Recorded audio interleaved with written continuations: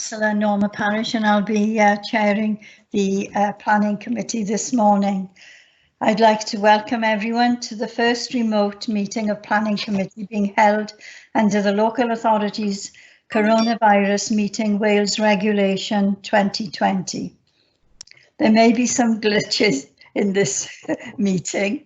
However, we will learn from them and work towards a seamless process.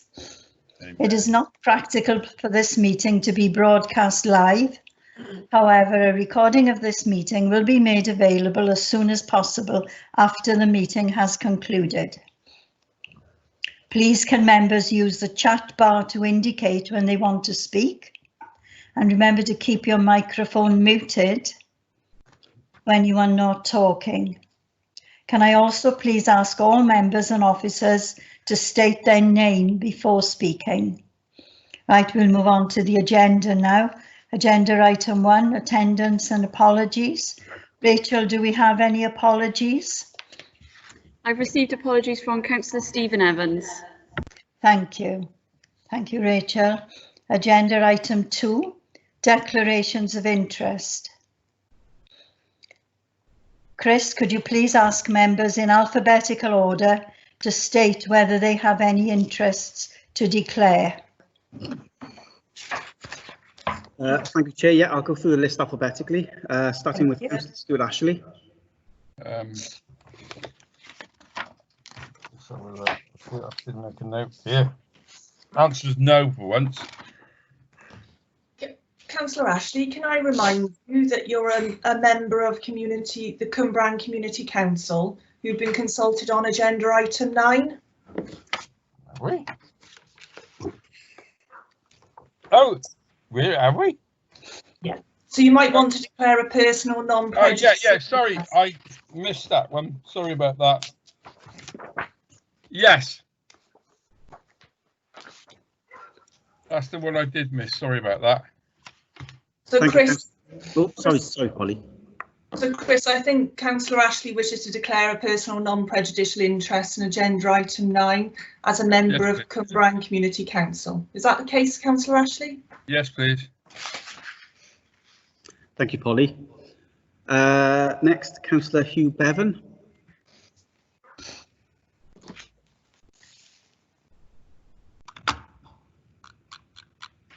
Councillor Bevan.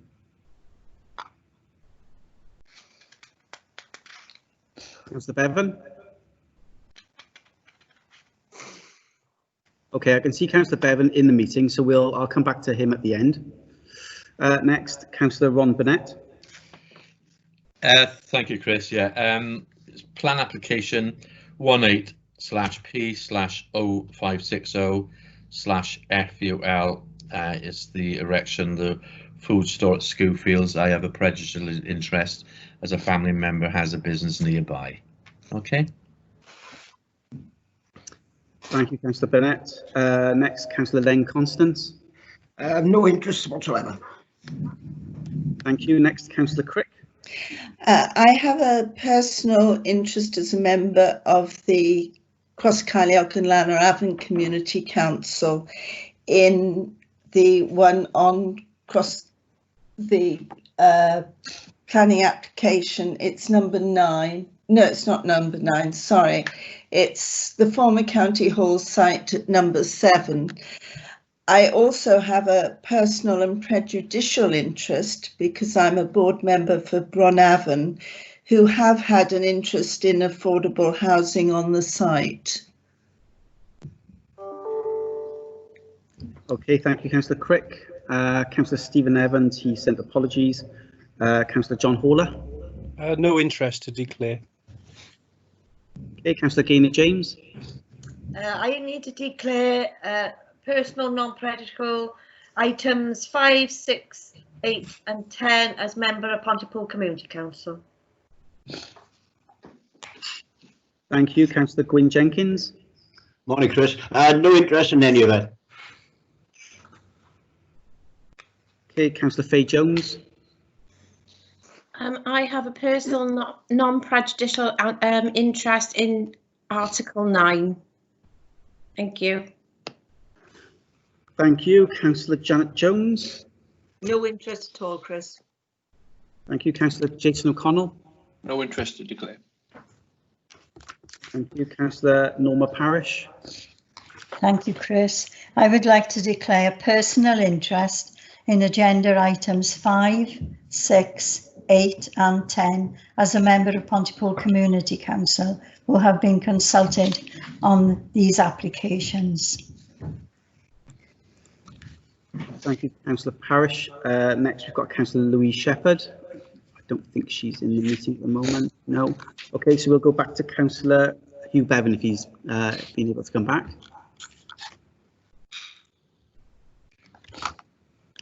Councillor Bevan, I can see you in the meeting, but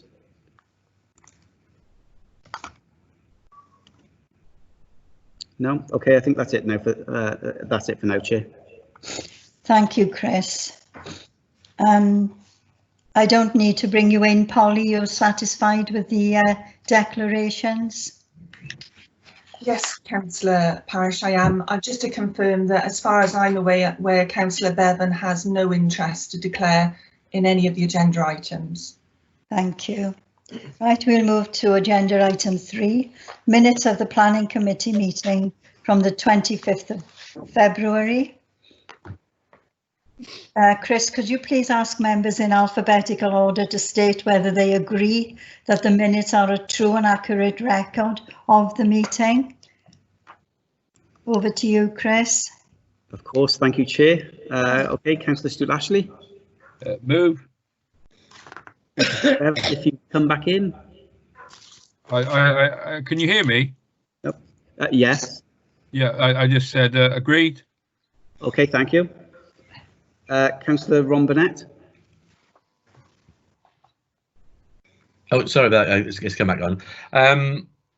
I wasn't at that meeting, so I can't say whether they're accurate whatsoever. Okay. Okay, Councillor Len Constance. Agreed. Councillor Crick. Agreed. Councillor Horler. Agreed. Councillor James. Agreed. Councillor Jenkins. Agreed. Councillor Faye Jones. Agreed. Councillor Janet Jones. Agreed. Councillor Jason O'Connell. I wasn't present. No problem. And Councillor Norma Parish. Agreed. Thank you, Chair. Thank you, Chris. So we've all agreed that the minutes are a true and accurate record of the meeting. Thank you. We'll go to agenda item 4, amendment to the scheme of delegation for planning functions during the COVID-19 period. Can I ask Richard Lewis, Head of Planning and Development, to present the report? Thank you, Chair. Yeah, Richard Lewis here. Good morning, members. This report is just about trying to widen the scope of delegated powers. There's over 20 applications currently waiting for determination by Planning Committee. As you know, we've missed 2 committees because of the current circumstances. The reason for trying to widen the scope of delegated powers is to ease the burden on Planning Committee, but also to make sure that we can determine applications as quickly as possible. Welsh Government have asked that we try and keep the planning system going, businesses basically, and get the planning permissions in place. But it would also, because there's no relaxation on the determination periods, it would avoid appeals against non-determination and also financial consequences. The safeguards built in, we would only use those powers if appropriate, depending on the circumstances of the particular applications. It would only be done in consultation with the Chair of Planning Committee. And of course, you'll know that any member can ask for any application to come to Planning Committee. Thank you, Chair. Thank you, Richard. Chris, can you confirm if there are any members wishing to comment or ask a question? Yes, Chair. Councillor Ashley. I just typed the word question. It seems reasonable. I did ask beforehand for Richard that at Cumbrian Community Council, we have a digest of these type of activities, and I did ask Richard if we ever had something like that on Planning Committee. He said in the past we had them, and I'm wondering whether it's possible that we could have a digest of these. I know they come out, but it's a hell of a trawl through, and I'm wondering whether possibly that some sort of digest could come out where we could actually note these things, because end of the day, I find the one on the Community Council quite useful before these decisions are made, just in case that we miss something. I'm just wondering about it. Richard said maybe something they could look into. Councillor Ashley, are you talking about publishing perhaps a list, or at least circulating a list of delegated applications that have been determined to each member of Planning Committee? That would be incredibly useful. I'm sure we can look at that, yes. But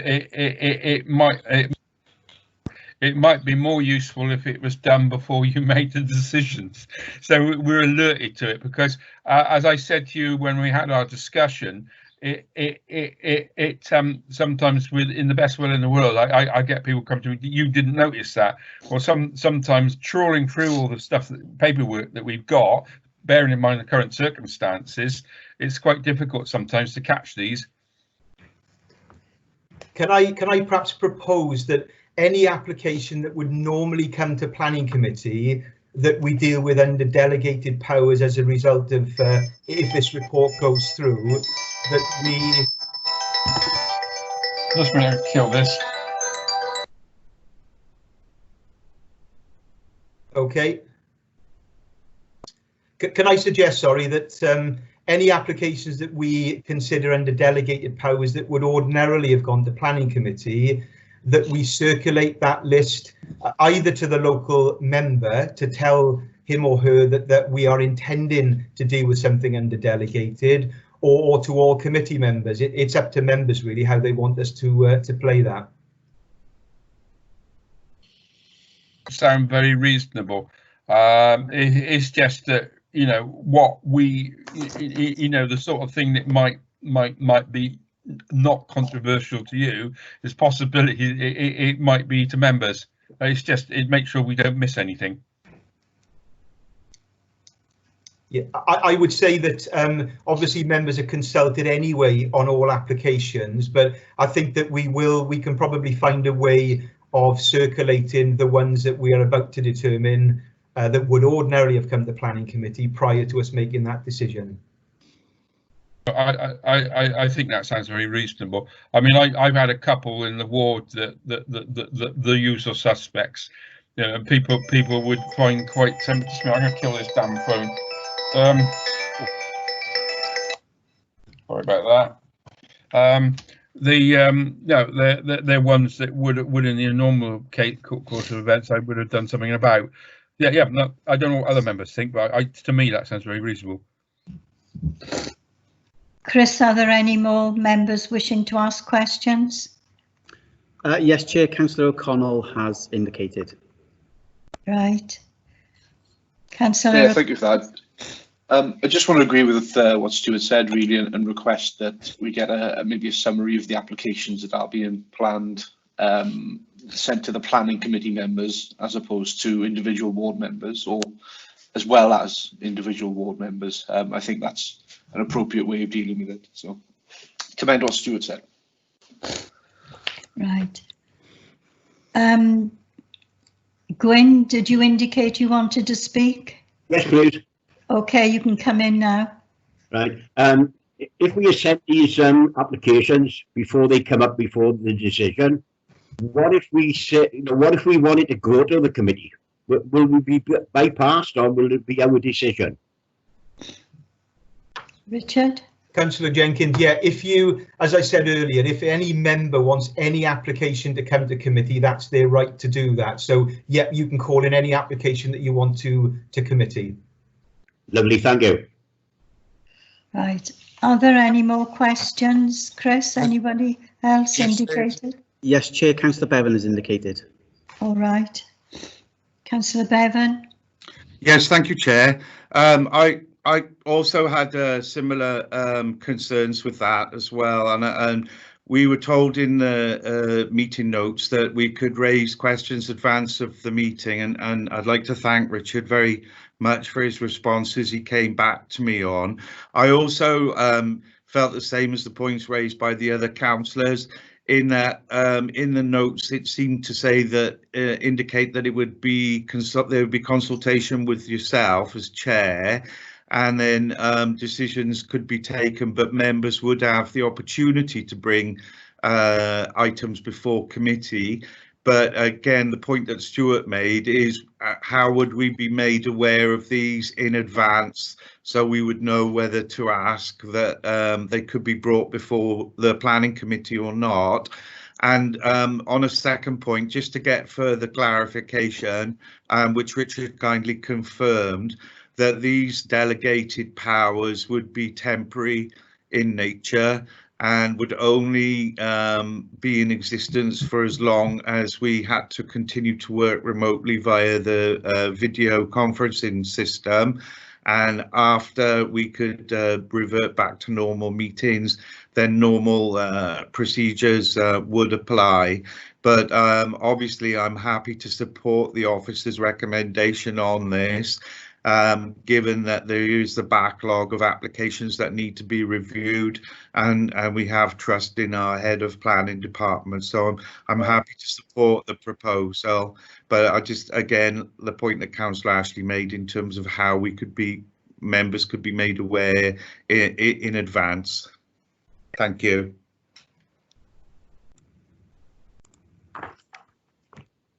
Chair, Councillor Jones has indicated. Councillor Janet Jones. Thanks, Chris. Just to endorse what everyone said, really. I think it's important that we do receive notification of the planning applications, and I would support the proposal.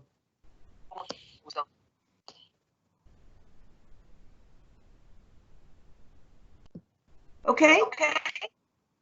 Just to say, I support what's been said. I think it's important that we do have a list of the planning applications we can get back on. I support the proposal.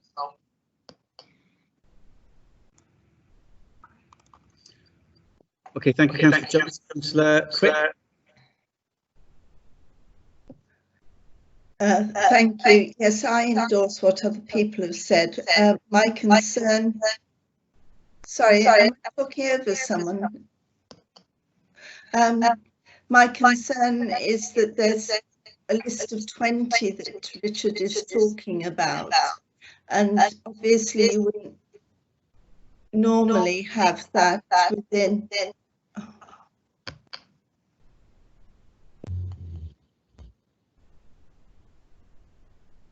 Sorry, I wasn't clear whether I was talking over someone. I seem to have an echo. Perhaps you can tell me why after the meeting. My concern is that if there's 20, that could be the equivalent of several meetings. It might be useful to have them graded in the list, which is the more important. If we just have a list, it doesn't give us enough information. We need a bit of background information. Thank you. Can you hear me now? Can you hear me? My computer just went blank. Yes, we can hear you, Norma. Right, I don't think you'll be able to see me. Right, where are you now on the agenda? Sorry about that, it just went blank. And I got a throwback on the sound. Hi, Councillor Parrish. I think it seems to be glitching for a few members. There seems to be some echoing. I think we can just ignore that for now. If it causes the problem, then we'll have to look at it. I think Councillor Jenkins, did you indicate, or Richard, did you want to come in at all? I'm happy with what the members seem to be saying that they generally support, provided that we give them a list of applications that would normally come to planning committee that we would be looking to deal with under delegated powers, so that members have an opportunity of calling any one of those in. I think that's my understanding, and I'm happy with that. Thank you, Richard. I think Councillor Gwyn Jenkins is indicating. Yeah, can you hear me?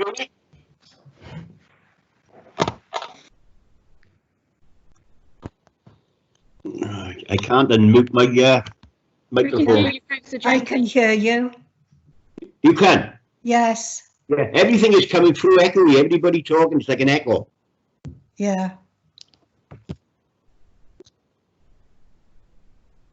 Do you want to speak now, Gwyn?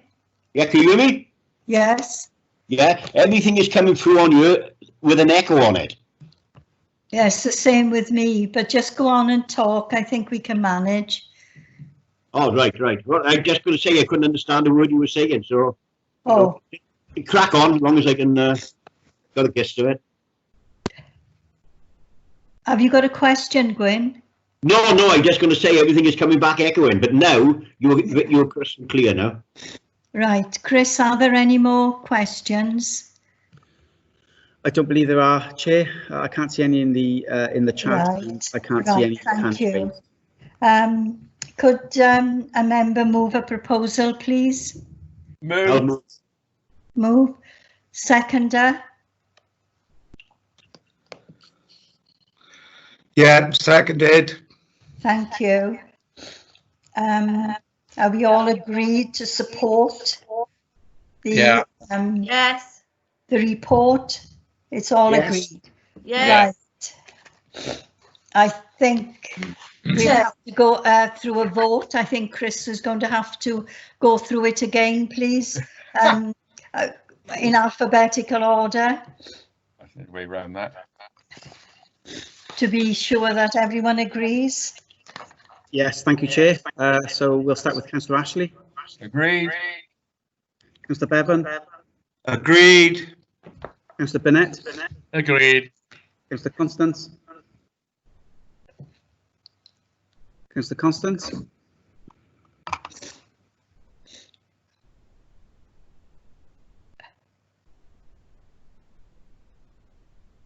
Can you go back to him at the end, Chris? Yes, we'll come back to Councillor Constance. Yeah. Councillor Frick. Agreed. Councillor Horler. Agreed. Councillor James. Agreed. Councillor Jenkins. Councillor Jenkins. Yeah, I think he agrees. Yeah. Councillor Faye Jones. Agreed. Councillor Janet Jones. I think that's agreed. Councillor Jason O'Connell. Yep, agreed, subject to the changes that we discussed. Thank you, sir. Councillor Norma Parish. Agreed. And agreed, Chris. Oh, thank you, Councillor Constance. There you go, Chair. Thank you. Lovely. This report has been approved. Right, we'll move on to agenda item 5. Planning application 17/P/0255/OUT. Proposed residential development at land off Albert Road, Talloway, Pontypool. Can I ask Helen Smith, Principal Planner, to present the report? Thank you, Chair. I'll just, if you bear with me a second, share my screen with my presentation. Thank you. There we go. Hopefully you can all see that. Yeah. Yeah.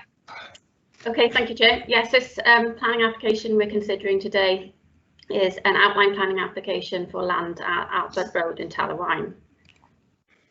Here we have the application site, and as you can see, it's surrounded by residential development on Albert Road, Pisgah Road and Pisgah Close.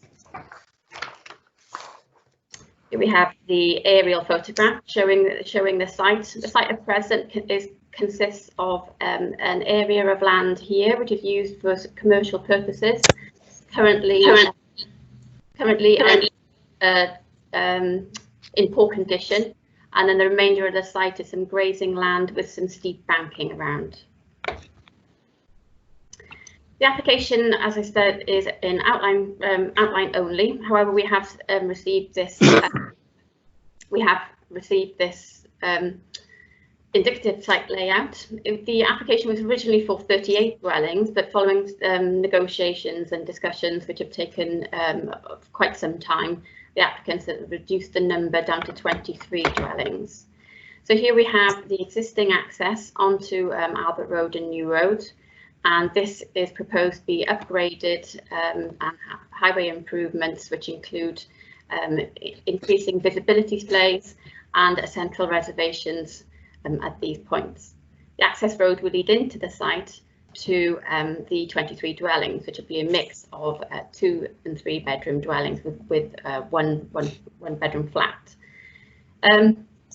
Originally, as I said, all this area was to be included in development as well. However, the scale of development has been reduced to overcome concerns that we had during the course of the application. As I said, as it's outline only, this plan is indicative, and they will have to submit future applications for all the details of the design of the dwellings. The original proposal also included 2 dwellings in here, which were going to have direct access off Pisgah Close. However, we had concerns over this in terms of the access, and these have been deleted from the proposal that we're considering today. Here we have just showing you more detail of the access improvements. Here we have originally dwellings were going to be located on this part, and this existing dwelling was going to be demolished. However, that is now being retained, and then a public open space and play area in this location. But here we have the visibility displays, and here we have the central reservations. Indicative site sections has been submitted. The land is at a higher level than the surrounding properties. Here we have the existing properties, but as you can see, the proposed location of the dwellings will be sufficiently located away from the existing dwellings. Here we have some photographs. This is the view facing north on Albert Road. Here we have the access to the site. And here we have, this just shows the increase in the levels of the site at this point. Here's the view of the existing access and this dwelling, which is to be retained. Here we have view facing south down to New Road and Albert Road with the access on the left. Here we have a view from Pisgah Close. This is the area of land where 2 dwellings were proposed, but it's now excluded from the development. And here you can just see to the rear here differences in the levels of the properties. This is a view from Pisgah Close. Again, this demonstrates the bank to the east of the site. This area is excluded from the development area due to the significant level differences. And here we have some photographs from within the site. Again, this shows the rundown units, which are currently, some of them are occupied for car repairs and storage. Here's some more photographs from within the site. And then you can just see the grazing land beyond. Thank you, Chair. Thank you, Helen. Chris, can you confirm if there are any members wishing to comment or ask a question? Yes, Chair. Councillor Bevan has indicated. Right. Thank you, Councillor Bevan. Who? We can't hear you, Hugh. Can you hear me now? Yes. Okay, thank you. Yeah, I used the opportunity to put some questions ahead of the meeting, and I did have some concerns over this particular application with particular regards to the contamination of the land and the former coal mining workings. Now, the head of planning came back to me about that and gave me assurances that this is why there were these strict conditions attached to this particular application.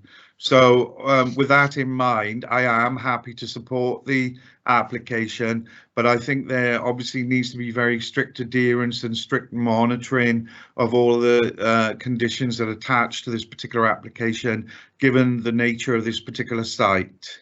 So thank you. Thank you. Helen, could you answer that?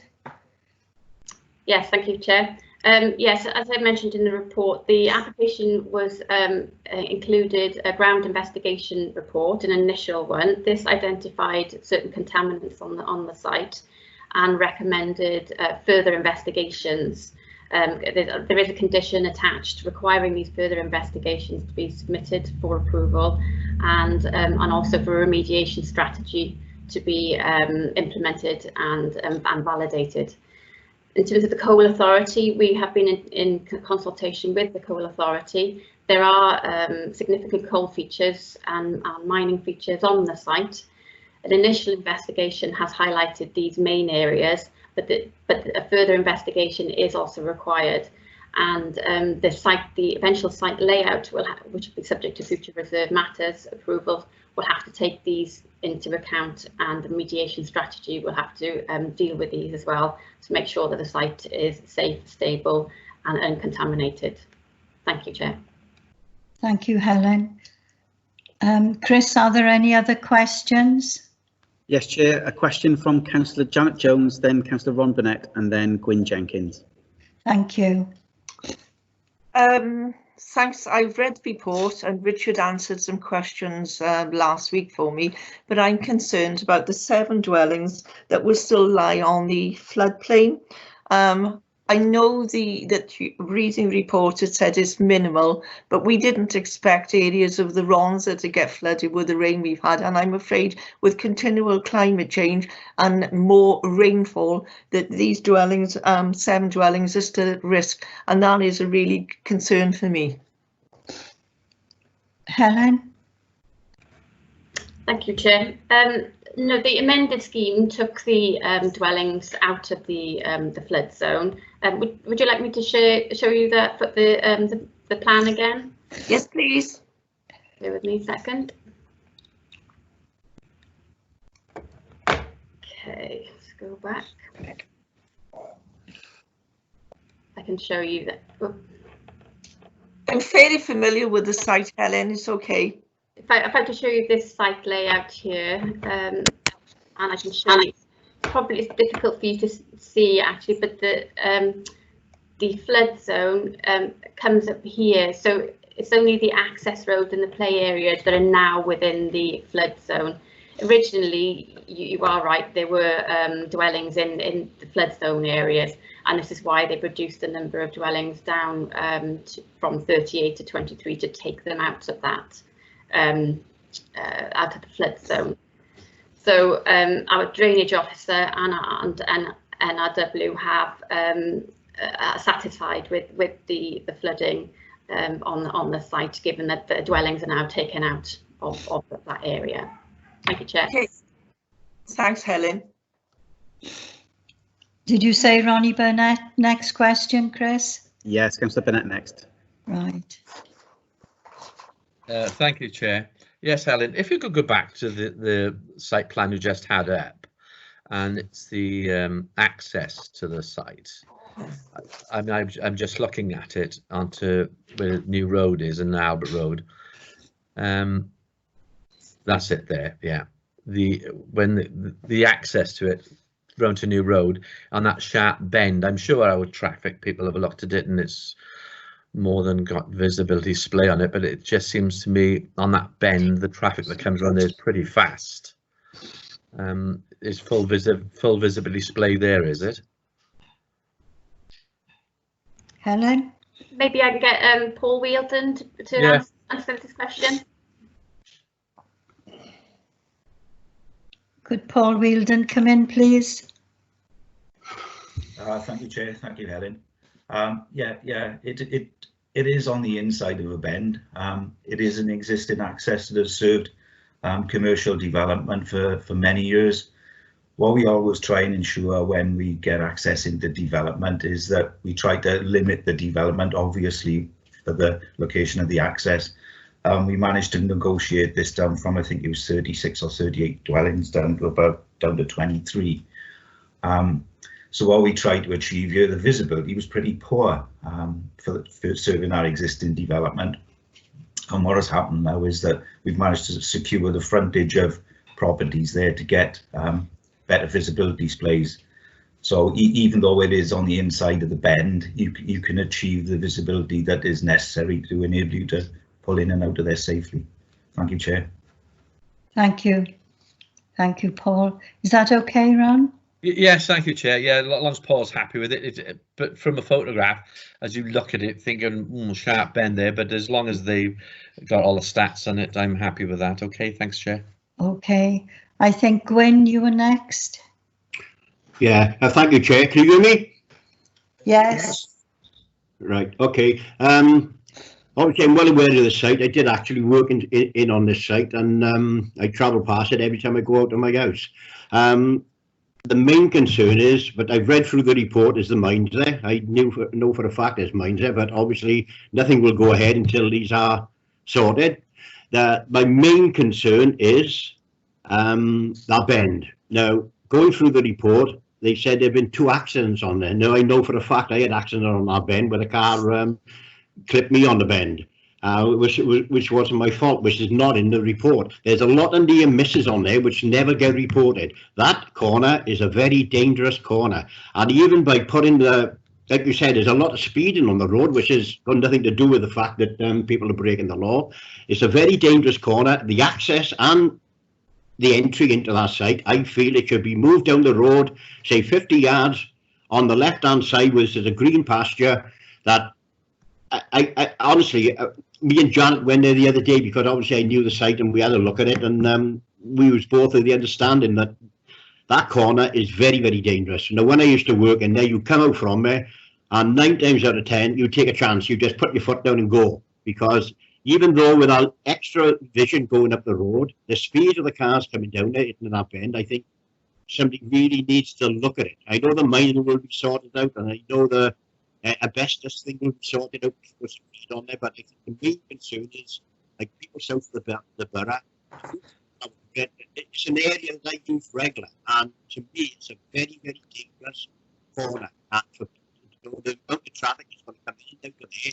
They won't go in there.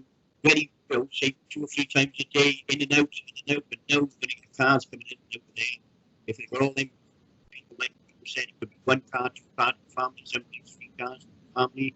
I really feel that entrance should go down the road, say 50 yards. I don't know whether if you think of that. Right, Paul, do you want to comment on that?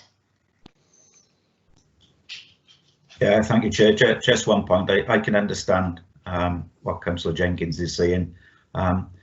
Personal injury accidents get recorded, but non-personal injury accidents don't get recorded.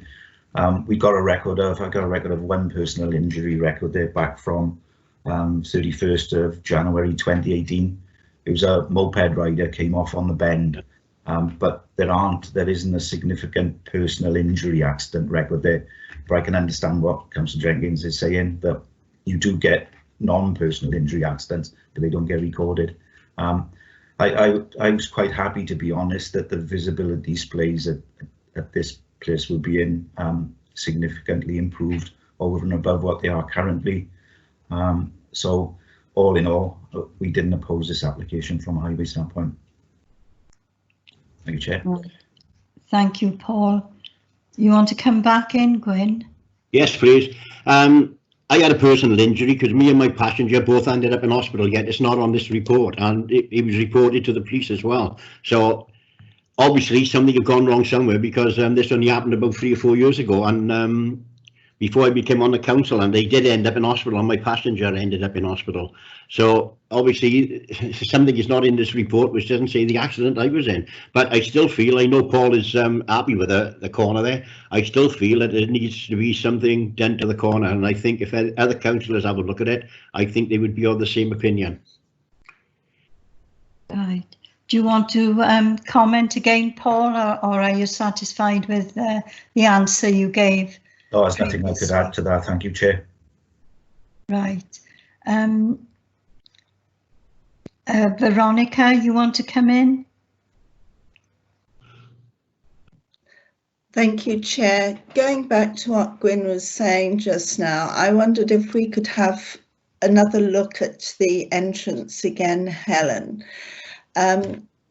Just bearing in mind what's being considered, if the corner is altered, as Paul is suggesting, that would actually make it much better, obviously. One of the problems that can then arise is if residents decide to plant trees quite close to the boundary, because that obscures the corner again. This is a problem we have locally, and I'm sure other people have similar problems. If those changes in the road layout took place, and if the entrance was diverted to further down, would that make that corner much safer for everyone in terms not just of the entrance and exit being much easier, but also for people generally using that road? Thank you. Right. Helen, do you want to come in? Yes, Chair. If I just comment on the planting of trees, there is a condition on the planning on the planning permission requiring the visibility displays to be kept free from obstruction above a certain height. I think it is 0.9 meters, and that would prevent any planting going above that, and we can control that and enforce against that. Maybe I can bring Paul in to answer the other question in terms of the relocation of the access. Thank you. Thank you, Helen. Paul, could you come in? Yes, thank you, Chair. What we saw this as was an opportunity, to be honest, to do something on the bend there. You'll notice that on that bend, there's road markings there currently, but what we are proposing as part of this is to put central hatch markings within the area, and also to provide pedestrian refuge islands within that area as well. So this probably, because the existing access was there, it gave an opportunity to do something on that corner. If you brought the access further south, there could be an issue with visibility in front of other properties. So what we managed to do with this one was to get improvements to visibilities on both sides of the access.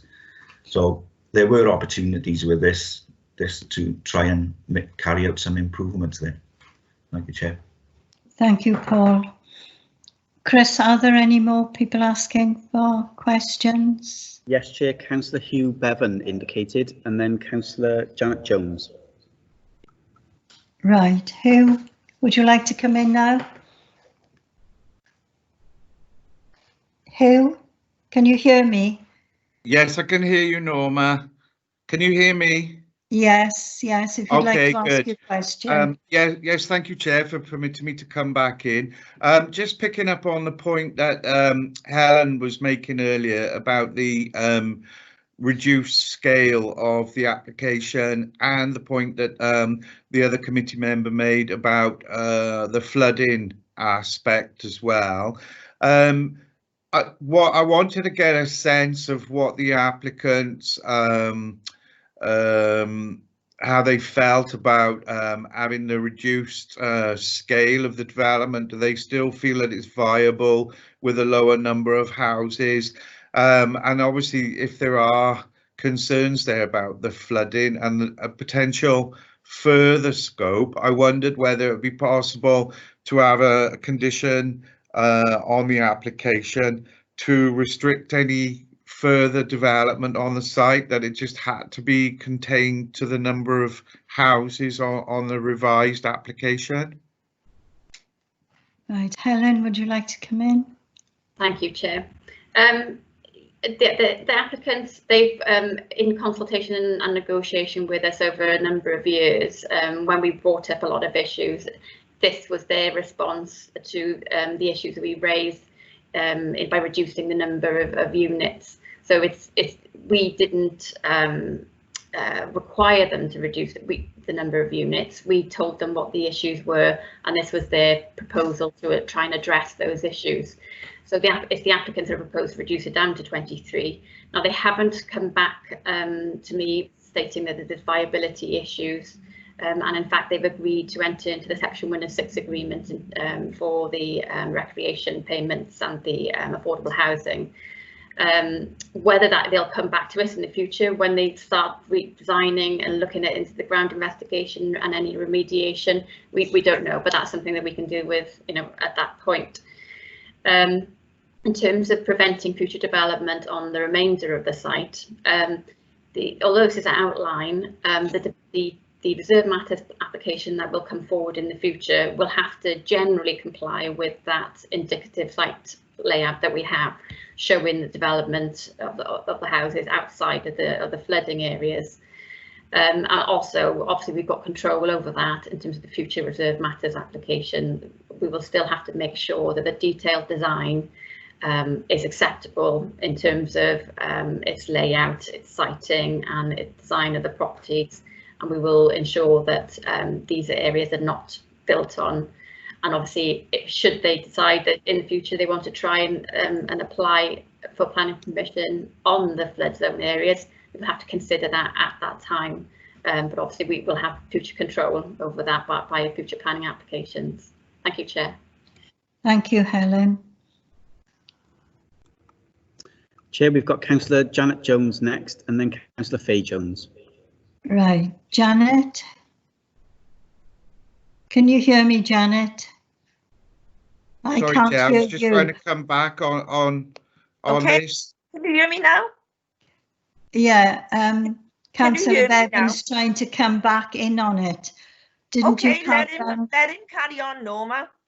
Let him carry on. I'll come back in after. Yeah, well, Helen did explain it, Hugh. I don't see what else she can say. I can't hear you. No, I'm sorry, my microphone keeps going from mute to unmuted, and I don't know why. I'm sorry about that. A few technical difficulties. I'm not touching anything.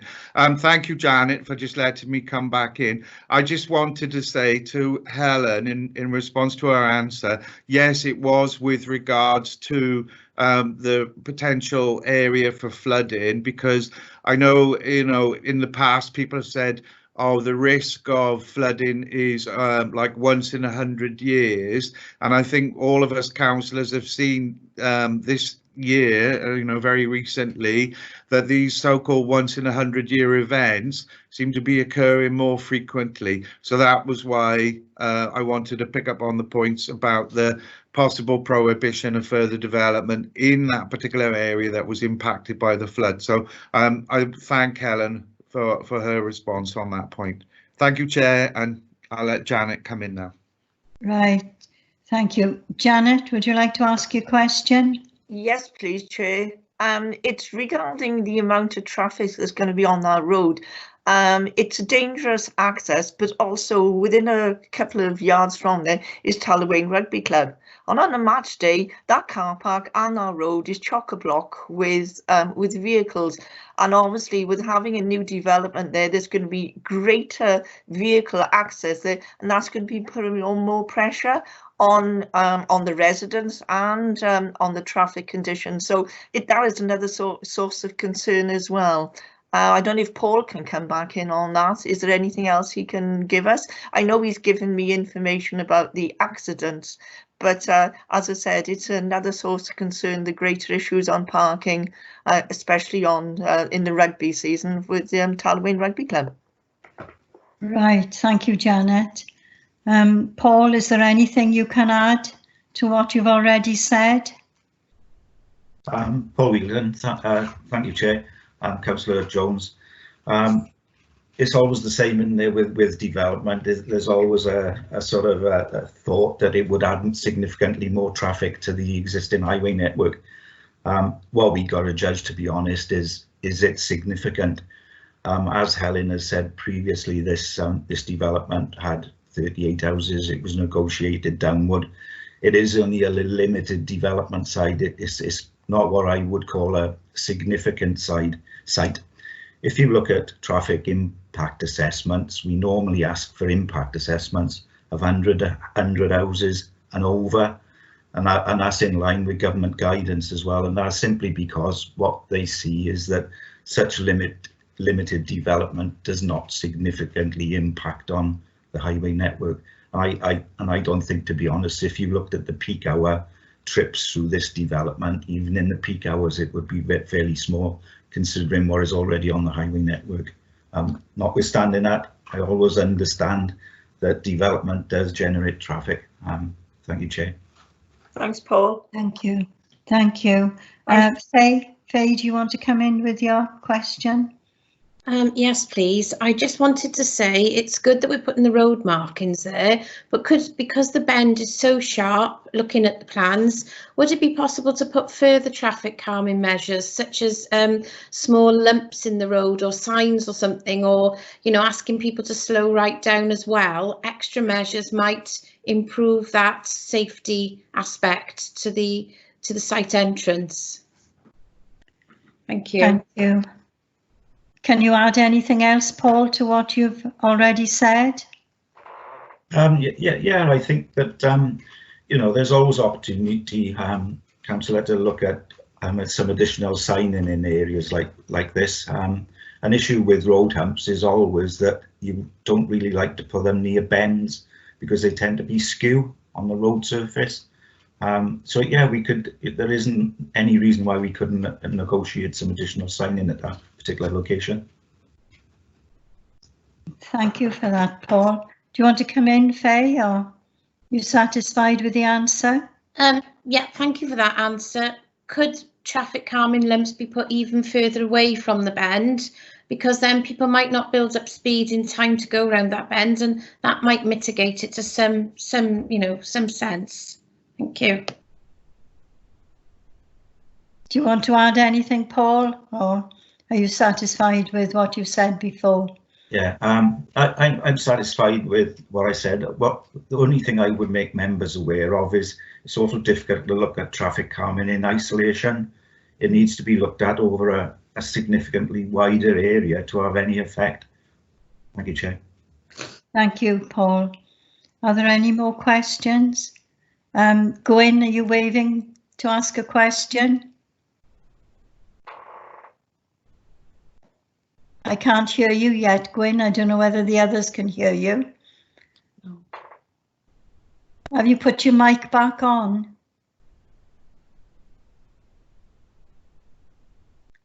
I think he's going. Gwyn, we can't hear you. Can you put your mic back on? I think it's now. You mean now? Yes, yes. My mic is like his, it keeps coming off and then going on. I'm watching it on the screen now. Yeah, I've listened to all the arguments, and in the normal times, I would say we need a site visit for them south of the border, who's not south of the border, who's not. Like I said, I live near the area and I know the area, but obviously we ain't going to be able to get a site visit at the moment. But I really am concerned about that bend, and I don't know what any traffic calming measures would work on that bend. And I think the only logical step is for another entrance to be looked at 50 yards down the road. It's all there's nothing that the nearest house is about 75 yards away. If you could go down 50 yards, an entrance there, in and out, I think it would solve a lot of problems. I agree. Right. Thank you, Gwyn. Do you want to come back in, Paul, or isn't there anything you can add to what you've already said? Paul Whelan. No, I couldn't add anything else to what I've already said. Thank you, Chair. Okay, thank you. Right. Are there any more questions? Right. There are no more questions. Could a member move a proposal? I put my hand up, Norma. Have you? Yeah, I very briefly. I do know that piece of road as well. To be honest, I travelled by bus down past there, and to be fair to Gwynny, it's all right. It's like a racetrack down there, and bearing in mind the X24 bus in normal times is one every 10 minutes down there. Yeah, Yeah. And I'm inclined to agree with what the local members say on that bit of bend, because X24 goes around there way over about normal speed, and I'm wondering whether there's traffic calming measures needed around there, because you haven't only got the X24, you've also got Anslow's going around there as well as the normal traffic, and you've got developments up and down there. So in the normal course of events, I would have suggested we needed a site visit there as well. But so, Paul, have you got any suggestions on this, please? Because you're normally very good at this. Well, I don't know whether Paul Wheeldon wants to come back in. No, I appreciate that, but it's one of these ones where it is a bend, and I've kept quiet on this and I had a look at this, to be honest, and it's one of those developments a bit similar to the ones that we've got elsewhere down south, where entrances in and out and the road system having to, it's on a bend and there's no way around it. I got this image of an X24 bus going past it at speed, and I in fact, the members were observed the other day having a look of somebody sat on an X24 bus looking at this, but scratching their heads. And I understand this totally. That's why I come in this juncture thinking I understand the traffic calming and the rest of it. There is quite a volume up there because there's other developments happening up there as well. Yeah. So the only reason I'm into it's their concern, but I do understand it. And if it was happening in my ward, I think I would be worrying about this as well, to be honest. Right, thank you. No more questions? Okay. Can somebody move a proposal?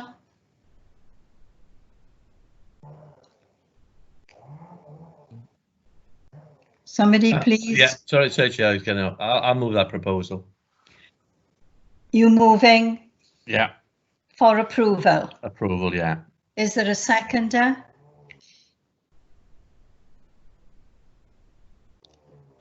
Yes, Chair, I'll second it, subject to the conditions and the also the additional signage to address the bend and the traffic and highways issue. Right, I think Jason put his hand up. You were seconding it, were you, Jason? Yes, yeah, right. Chris, can you confirm? Oh, Chris, you'll have to go through it in alphabetical order again, won't you? Yes, no problem, Chair. Hello, sorry. Oh, Councillor Gwyn Jenkins, is indicating. Hello, Chair. Can I speak? Yes. Can I put an amendment in, please? That yes, but with the that the entrance and exit be moved further down after discussions with whoever. Right. I'd second it, Chair. Right, so we have to vote on the amendment first. You want it moved further down? Yes, please, and obviously in communication with councillors and the people who move it down. Right. Paul Wheeldon, can I ask you to come back and ask if that's possible? Chair Richard Lewis is indicating. Right, Richard, please come in. Yeah, thank you, Chair. We couldn't determine the application simply to move the application, the access southwards. I think what Councillor Jenkins is probably asking then is that we would have to defer the application to look at other alternative access points, which to a degree has already been done. I think that's what Paul was saying.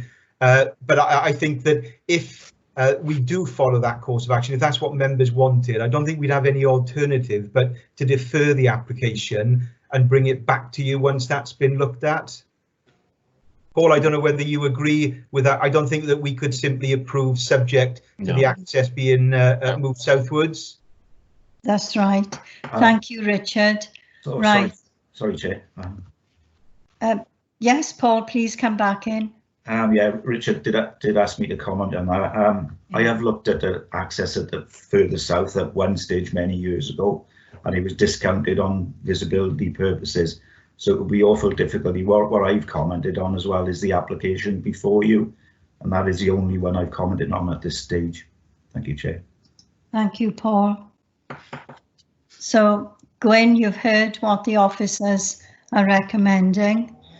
So if you want to defer it, that's up to you, but I don't think we're going to get anywhere by deferring it. What do you think? Can I come in? Right, thank you, Chair. Yes. I really think this is very, very important to our area, and it's a dangerous call, and I know Paul is 100% for it, but I really think it should be looked at to have an entrance further down, and it's impossible to have it come off Pisgah Road, but if you go down 50 yards and you're willing to visit it with anybody to have a look at it and have a chat to it, keeping social distancing, but I really think that corner is a very dangerous, even with the new plans. Like I said to you, I've had an accident on that corner, which wasn't my fault, and the way they come down around there, and not so much on the buses, because the bus ain't got to slow right down there, as an expert on that, to go down that bend, but when you sat on the bus, it does look like going faster than where you are, and I really think that, I know Paul's dead against it, but I really think they should look at moving that down further. Obviously, you can outvote me, but from my point of view, I live in the area. It's not my area, but I use that road 4 to 5 times a day without, when the lockdown is finished, and it is a dangerous bend, and I don't think whatever you do on that bend, if other councillors want to go and have a look at it and see what my opinion is right. Right, you will have to propose now to defer the application, if that's what you want. Yes, I'll propose that. Sorry, Is there a Chair. seconder? Sorry, Janet, Chair. are you seconding? Polly is indicated to come in, please. Yes. Polly, please come in. Chair, I was just going to highlight what you're about to say is that Councillor Jenkins will have to make a proposal. There will need to be a seconder for that deferral, and there will need to be a vote on that issue. So if you want to go ahead and do that. Yes, I think we just did that. Do you want to do it again, Gwen, for the record? Yes, I propose we defer it and look at the entrance and exit area. Right, is there a seconder? Janet? I think there's a few seconded. Janet has seconded it. So we will vote on this now to defer the application at this point in time to look at the exit of the application. Chris, could you go through it alphabetically again, please? Of course, Chair. Councillor Stuart Ashley. Agreed. Councillor Hugh Bevan. Agree. Councillor Ron Burnett. Can you put your microphones on, please? Councillor Ron Burnett.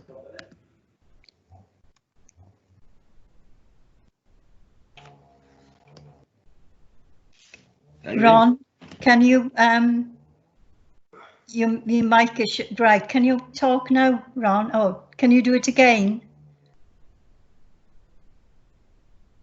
Because we haven't heard you, what you said.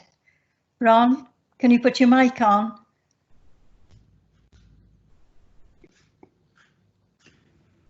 Can you indicate with your thumb perhaps?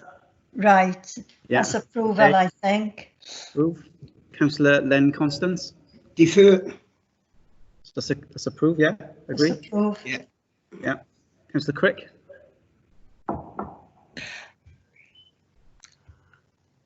I'm having the same problem. Can you hear me? Yes. Yes, I did try to speak earlier. I approve it because I think too that might help resolve the problem with the flooding, possible flooding at the entrance that is put before us at the moment. I think anything that can alleviate that as well as the accident situation is to be approved.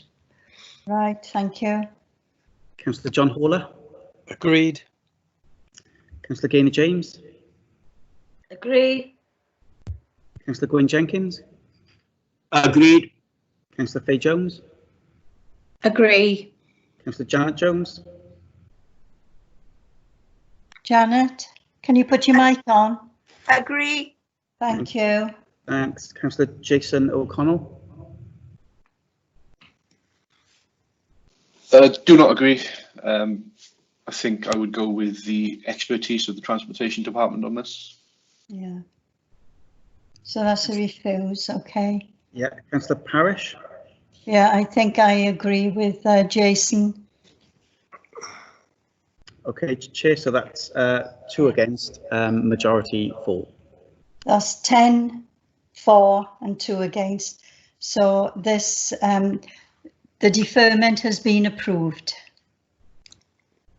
Okay, everybody understand that? Good. Right, thank you. Right, we'll,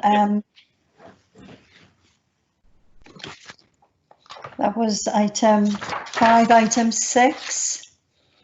Which is planning application 18/P/05600/FUL, erection of a Class A1 food store, approximately 1,804 square metres gross floor area, associated access and car parking, and landscaping, together with a replacement car park for the existing industrial building at former Trico Schoolfields roundabout Pontypool.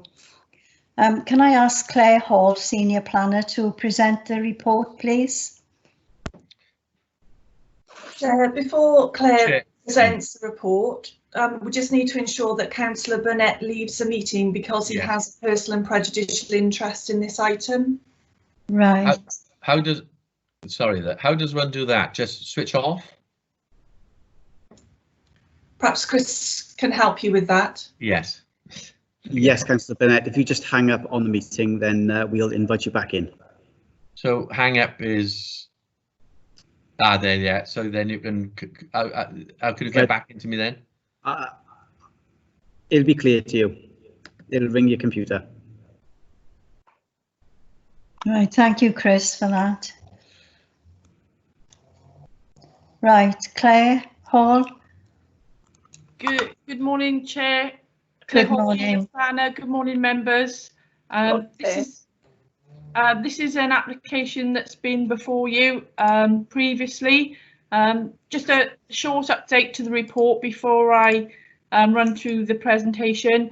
On page 68, there is a minor change to draft condition 10 on drainage to reflect the 2 separate phases of development. Lots of the other conditions have split the into the 2 phases, but the drainage one was just one, so that's going to be reworded to reflect the 2 phases, and discharge rate stipulated to a maximum 2 litres per second for surface water. That's been agreed with Welsh Water and our drainage officer. Let me just get the presentation up for you. Bear with me a second. Okay, can everyone see that? Can everyone see that? No. No? Yes. Okay. Yes. I can see it. Yeah, everyone see that? Yes. Yes. Okay, so this is, members will recall that a whole year ago, May 2019, members resolved to grant planning permission for this development subject to a Section 106 agreement and suggested planning conditions. This is the application site area. This is an aerial view of the site. So this is the Trico and Diamond Park industrial unit. This is the car park, current existing car park on which the Aldi store would be constructed. A replacement car park is proposed on this lower section of the site. And this is Westmorn Rugby Club and playing field. This is some photographs of the existing car park on which the store will be built, with the rugby field further north. You can just see the rugby posts there. That's the red edge application site boundary. Store here, replacement car park here. Since members resolved last May, we have granted planning permission, a further planning permission for a footpath from the store. And that's shown there. So those plans were approved fairly recently under delegated power. So it's a new footpath, cycle path, connecting the store to the existing canal towpath. Thank you, Chair. Thank you, Claire. Chris, can you confirm if there are members wishing to comment or ask questions? Yes, Chair, Councillor O'Connell has indicated, and I believe Councillor Gaynor James is indicating as well. Right. Jason, would you like to come in first? Yeah, thank you, Chair. I know this one was particularly contentious at the time, but I just want to say that I'm particularly delighted that all parties have come to an agreement on this. I'm really pleased for the rugby club in particular, and I think the links for Griffithstown, the cycle path and the new path that's been created will give that side of Griffithstown and Pontypool a whole new buzz to it. So just want to say well done, Planning Department, for negotiating between all these parties, and look forward to seeing it go up. Thank you, Jason. Gaynor? Can't hear you, Gaynor. Put your mic on, Gaynor. Okay. Yes. Yeah, I'd just like to say that my views are exactly the same as when it went through last time. And as I say, like Jason said, Westmorland Rugby Club, they're going to benefit from it. And my big one is also the jobs, which we're going to desperately need now with all the thousands of job losses everywhere. And the people of Pontypool are going to need it. There's a big chain that have closed their doors in Pontypool during this pandemic, and these jobs will be desperately needed. But and one of the main ones is to give the people of Pontypool a choice and to keep them going further down the bypass into Cwmbran and keeping the people into Pontypool. Thank you. Are there any other speakers? Questions? Gwyn?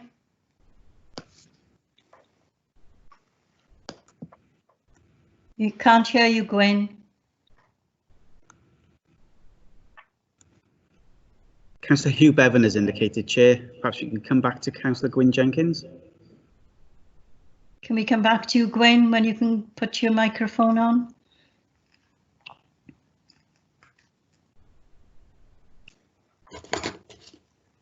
Len, did you indicate you wanted to speak? Yes, thank you, Chair. I'd just like to agree with Jason. Absolutely brilliant idea. I can't wait for the store to be up and built. Thank you. Right, thank you. Can you come in now, Gwyn? Can you turn your mic on?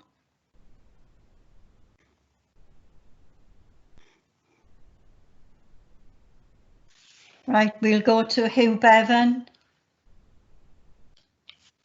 If Gwyn can't come in at this point. Hugh, are you there? Somewhere. Can you hear me now? Yes, yeah. I can hear you. Oh, I'm sorry. I don't know why this microphone keeps jumping between mute and unmuted. I do apologise. I seem to have to switch it back on sometime every time. Yeah, it was just a further comment. I echo the sentiments that have been made by other councillors about the importance and the significance of this food store, especially post the coronavirus pandemic. People, we're going to see more unemployment, and it's going to be tougher times ahead until, you know, we can get a recovery in place. And there's going to be, I think, more access, more demand for this particular type of lower cost food.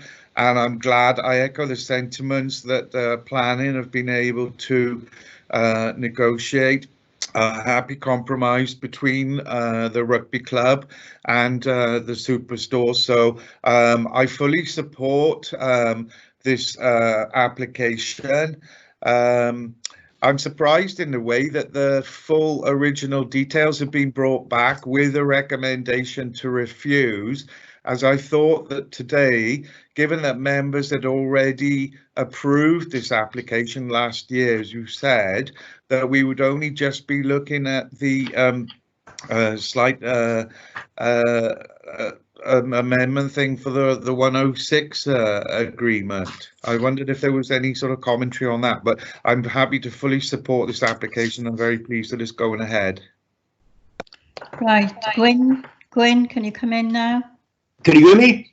Yes. Yeah, I got the same problem as you. My microphone is just going off and on its own. As last year, very and you know, we got over everything, the hurdles and everything. I fully support the recommendation, and like you, I am a bit amazed where it's come back and to recommend refusal again. Can anybody answer that question, please? Claire, do you want to come in a minute, or? Thank you, Chair.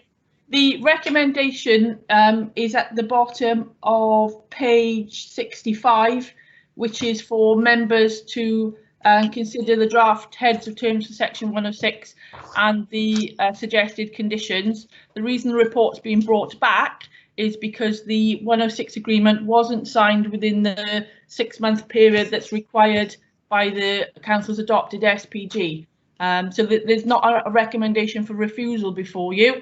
The recommendation is for you to, again, consider the heads of terms. The only update since last year is like I said, the planning permission's now been granted for the new footpath, cycle path link, and it's for members to consider that again in the light of that information. Thank you, Claire. Do you understand now, Gwyn, why it had to be brought back? Yes. Thank you, Claire. I appreciate that. Do you want me to? Yes. What? I think Janet wants to come in. Okay. Janet. Thank you, Chair. Just to thank Richard and all the planning team for the work they've done. I think they've done an amazing job in getting this together, and I fully support the application. Right. Does anyone else want to come in? Yes, please, Chair. Who? Thank you, Chair. I take on board the comments about the recommendations on page 67, but then the report actually goes on to produce the full report for the original application that was submitted last year. And it does actually say on page 126, at the end of that report, the recommendation was to refuse. So I think the point was, if we're only being asked to consider the 106 agreement today, because it hadn't been signed within the 6 months period, why do we get the full original report attached to it on something that the planning committee had already debated, discussed, and actually decided to overturn the officer's recommendation a year ago and vote in favour to support the application? So it is a bit confusing when there's that other recommendation further on in the report advising us to refuse it. It's because that is the original application the officers put in for our information. Can I say something, Chair? Sorry, Richard has indicated that he wants to come in. Yes, Richard, please. Councillor Bevan, just want to address that point. I understand the confusion. The report is indeed there, as Claire said, just for background information. It's our normal practice to do that as an appendix, as we've done with another report on committee, in fact. What I think we made a mistake in is that we didn't properly title them as an appendix. So when you read through it, it just looks like it's another report with a recommendation for refusal. It's not, it's simply an appendix on the background information that showed our original recommendation. So it's put there not to confuse, but just to give members some background to the report. And I'm sorry that it was a little confusing. Right, Thank Chair. you, Richard. Right, Stuart, Chair, want to come in? Yeah, it's well known that I wasn't comfortable with the original idea, but if it's coming in on ecological reasons and support, then I obviously will agree with it. But things have changed. I support the fact that there is extra retail space, but I am not comfortable. Having read back the original one, it's a debatable point, and the argument has been won by those that want the retail space, but it is still a debatable point that we haven't got enough space in the LDP for land, but the argument has been won in this committee, I think, by the fact that you've got retail space. But I think the way things have gone recently, and I will flag this up, that you probably need more retail space, probably further up the valley, but you're going to have to find more space, as mentioned in this report, for actually more jobs. You're right about that, Gaynor. Yeah. You need to find more jobs, and we're going to have to identify that. And having taken this space out for retail, they're going to have to find more space for those jobs. And the LDP is very clear about that. I'm quite pleased that we have found alternative links into it, because that was the weakness of the original application. I flagged that one up. And the fact that Hugh and I did find, and it was Hugh and I found ecological reasoning. There's another application coming up as well, talking about this particular piece of land having a lot of woods and ecology on it. I think we've solved that one. So I'm quite pleased that this application has done that, and the 106 money will cover that as well. So although I've lost the argument on the jobs front, the ecology and the canal thing, if you note what the Canal River Trust has said, I think that bit in this application is important as well. And really, if you read it, the applicant, it's on the applicant's own head, any flood risk here as well. Read this report very carefully, what the Canal River Trust has said. Go back to the applicant. And that whole argument that I had a very uncomfortable time at the last application, I think that's back to the applicant. I take what Hugh said in another place here about flooding. It's unlikely, but what is unlikely these days? So I'm reasonably pleased to support this, but bearing in mind what's been said at previous applications. Thank you. Right. Well, I agree with you, Stuart. In my opinion has never changed regarding this planning application. It's a proposal for a retail business on land that's designated for industrial or warehouse use. And this is clearly stated in the adopted local development plan. Therefore, this is going against the council's policy, actually. I think we're all aware that Torfaen is short of industrial land, and it's always been the policy of this council to keep large retail businesses within the towns of Cwmbran and Pontypool, which this isn't. This proposed site is in the Panteg ward, which I represent.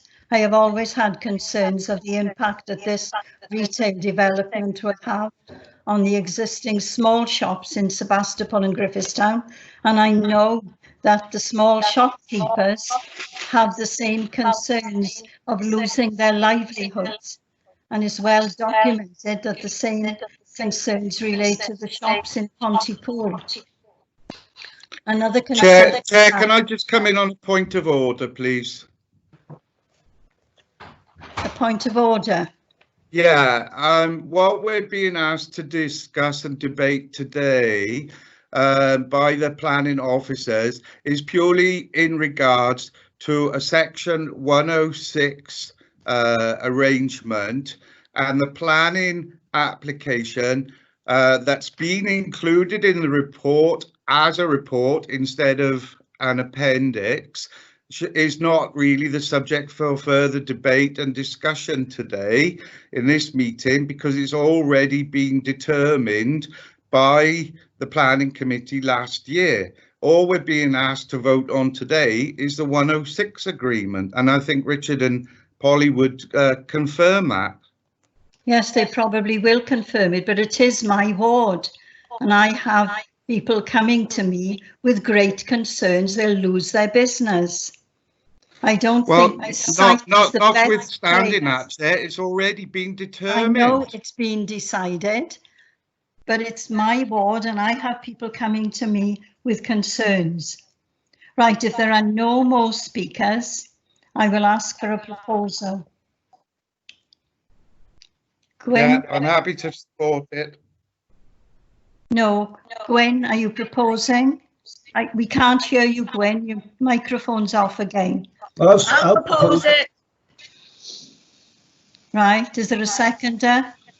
Yeah, I'll second. Right, it's over to Chris now. Could you ask members in alphabetical order to state whether they're for, against or abstaining? Chair, Chair, can we have the proposal, please? Because we're not clear what the proposal is for. Well, the proposal will be the same as in the report, item 6. Can you find it? I'm looking at the proposal here. It says erection of a Class A1 food store. It doesn't actually mention the section 106. Well, it should mention the section 106. Claire, can you help us out with this? Thank you, Chair. Yeah, the recommendation for the proposal for members to vote on is near the bottom of page 65, which says, should the committee confirm its approval of the draft terms for the section 106 agreement and suggested planning conditions are set out, then the planning application 18P 0560 FUL shall be approved subject to completion of that section 106 agreement. So yeah, the office's original report and recommendation for refusal is appended to that report, but the proposal in front of members is for the 106 and the suggested conditions. Thank you, Chair. Thank you, Claire. Yes, I can see it now. Right, are all members clear? That, Chair, I've got that. Yes. Okay, Chris, could you go through the alphabetical order again? Yes, Whether Chair. they are for, against or abstaining? No problem, Chair. Just before we go to the vote, I just wanted to clarify that as per the guidance for members, members should be muting their microphones when they're not speaking. Otherwise, other members get a lot of feedback as well as officers. So if members notice that they've been muted, that's me having to go into your microphones and muting them for you. So when you want to speak, if you could, rather than wave to the camera, because some members are off camera, so we're not picking you all up. So if you could indicate in the chat as well, or click the raise your hand icon on the Teams toolbar, then that will do it, and I will bring you in, after the chair's asked me to indicate. So if that's all okay, we'll go to the vote then. So Councillor Stuart Ashley. I don't have a raise of thing. Agreed. Councillor Bevan. Yeah, you should say for, against or abstaining. Okay. For. Sorry, Yeah. Okay. Okay. Councillor Bevan, you'll need to unmute yourself.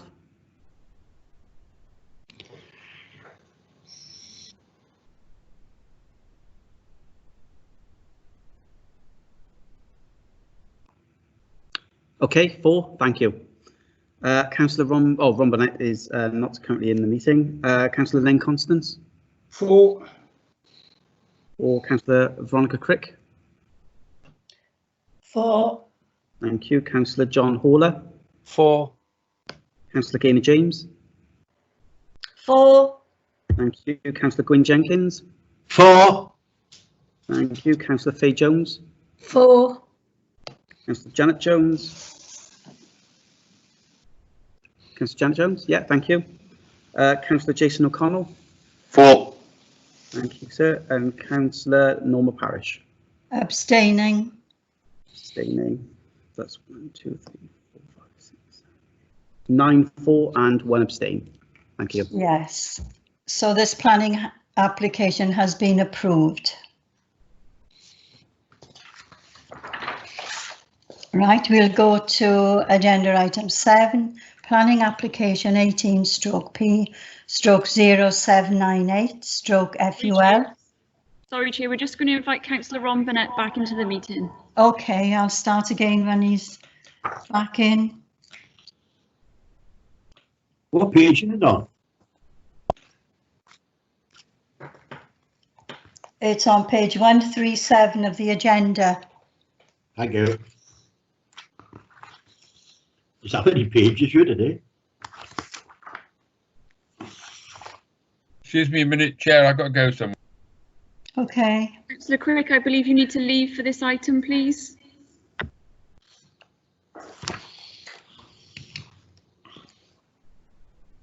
Thank you, will do.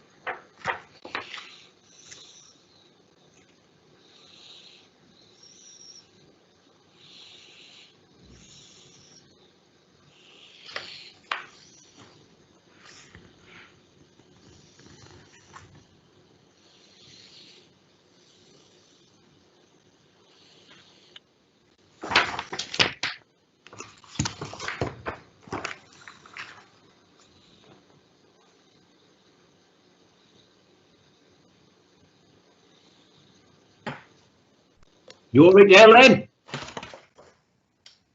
Pardon? We're just waiting for Councillor Burnett to rejoin the meeting. We won't be long.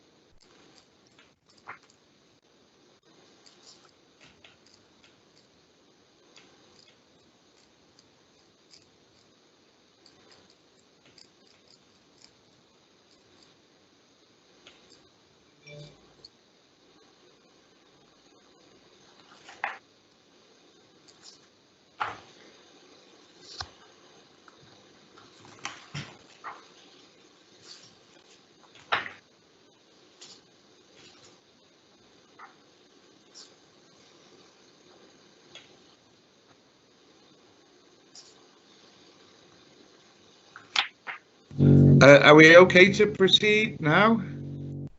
No, we're waiting for Councillor Burnett to come back. No, I'm in now. Councillor Parish, just to confirm that Councillor Burnett is now back in the meeting. We can start again now. Thanks. Thank you very much, Thank you. Rachel. Right, we go to agenda item 7. Was somebody talking then? Right. Councillor Parish, should we start again, please? Can't hear you, Rachel. You've gone funny. Right,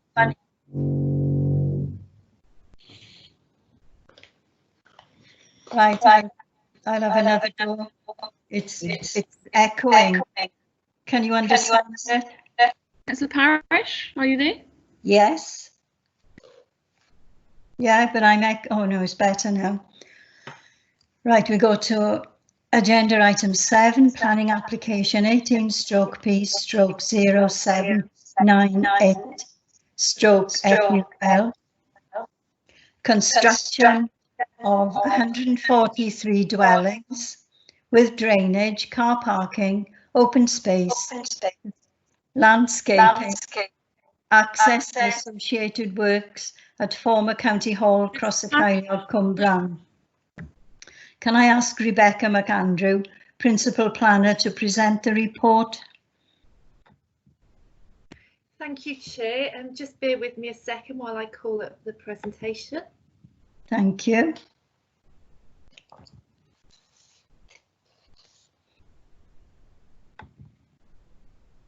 There we go. Can everyone see that? Okay. So members will recall that this application originally came to committee back last August, and members resolved to approve the application at that time, subject to a section 106. 6 months has now passed since that resolution, and the applicants have been able to complete the section 106, so we're bringing it back to you.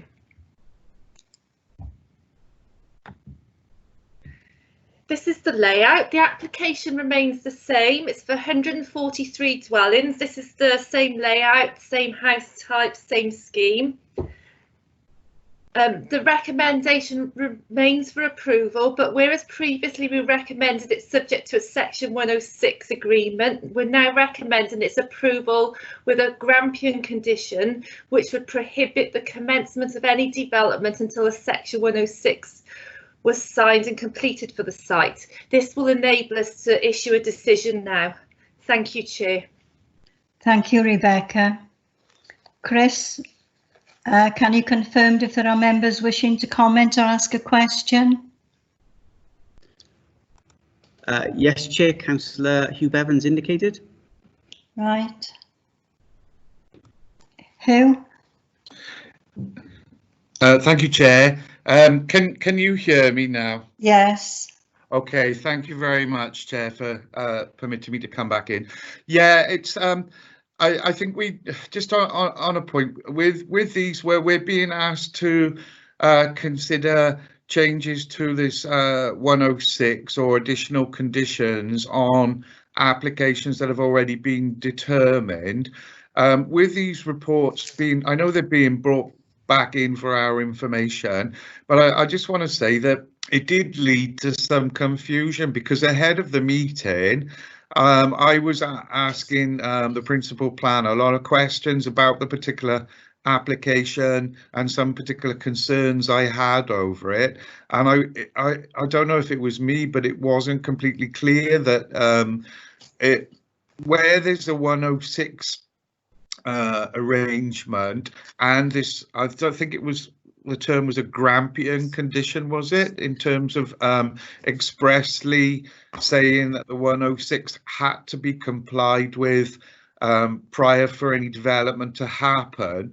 Where you get, just for clarity, where we get situations like that, does it call into question the size, the scope, the scale of the original application that's being submitted, and should there be further review and debate and discussion around that, or should it just be that we should be focusing on the 106 and the Grampian condition amendment? And that's what was a little bit unclear to me, because I did raise a number of questions, but again they were pertaining to the original application, which again had already seemed to be predetermined, and this was only coming back because of the 106 hadn't been signed and there was an amendment to the 106. So I was trying to get some further clarity around that, please. Rebecca?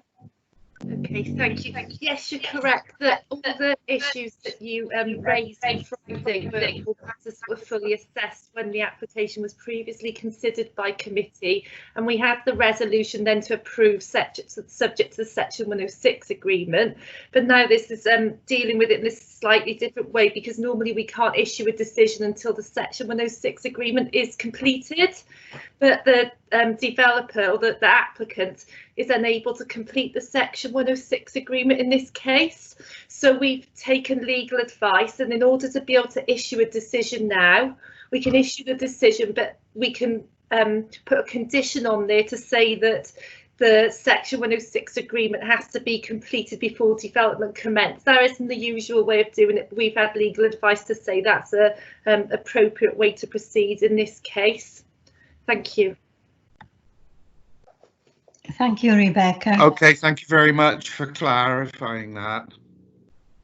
Are there any other questions? No? No one's indicated, Chair. Thank you, Chris.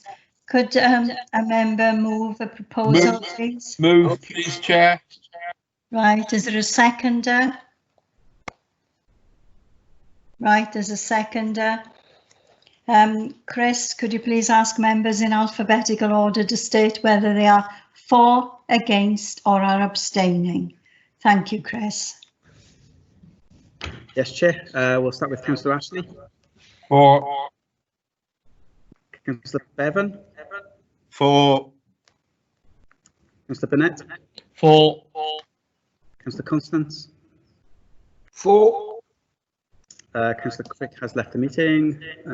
Councillor John Haller. For. Councillor Gaynor James. For. Councillor Gwyn Jenkins. 4, yeah. Councillor Faye Jones. 4. Councillor Janet Jones. 4. Councillor Jason O'Connell.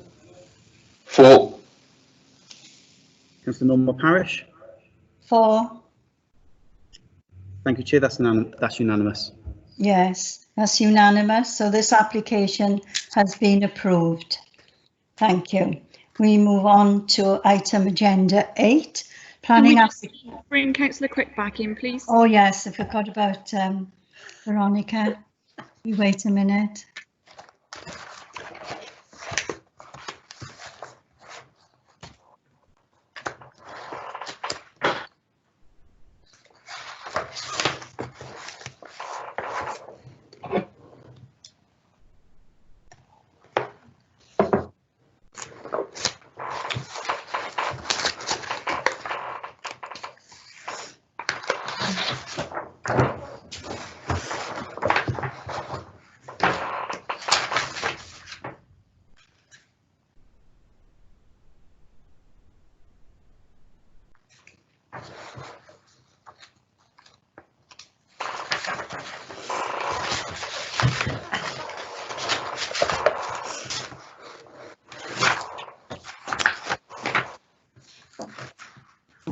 Chair, Councillor Crick has entered the meeting. Thank you. Veronica, you're in? Okay, I'll go back to the agenda, item 8. Planning application 19/P/0758/FUL. Construction of a car park, access roads from the A4042 and a new passenger footbridge, including an accessible lift at Pontypool Railway Station, Pontypool Road, New Inn. Can I ask Sarah Hensby, Senior Planner, to present the report? Thank you, Chair. Thank you, Sarah. Chris, where are we?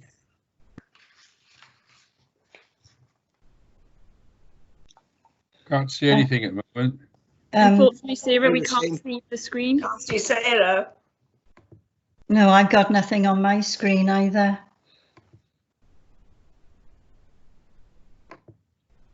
Thank you. Okay, okay. Right, Sarah, can you have another go?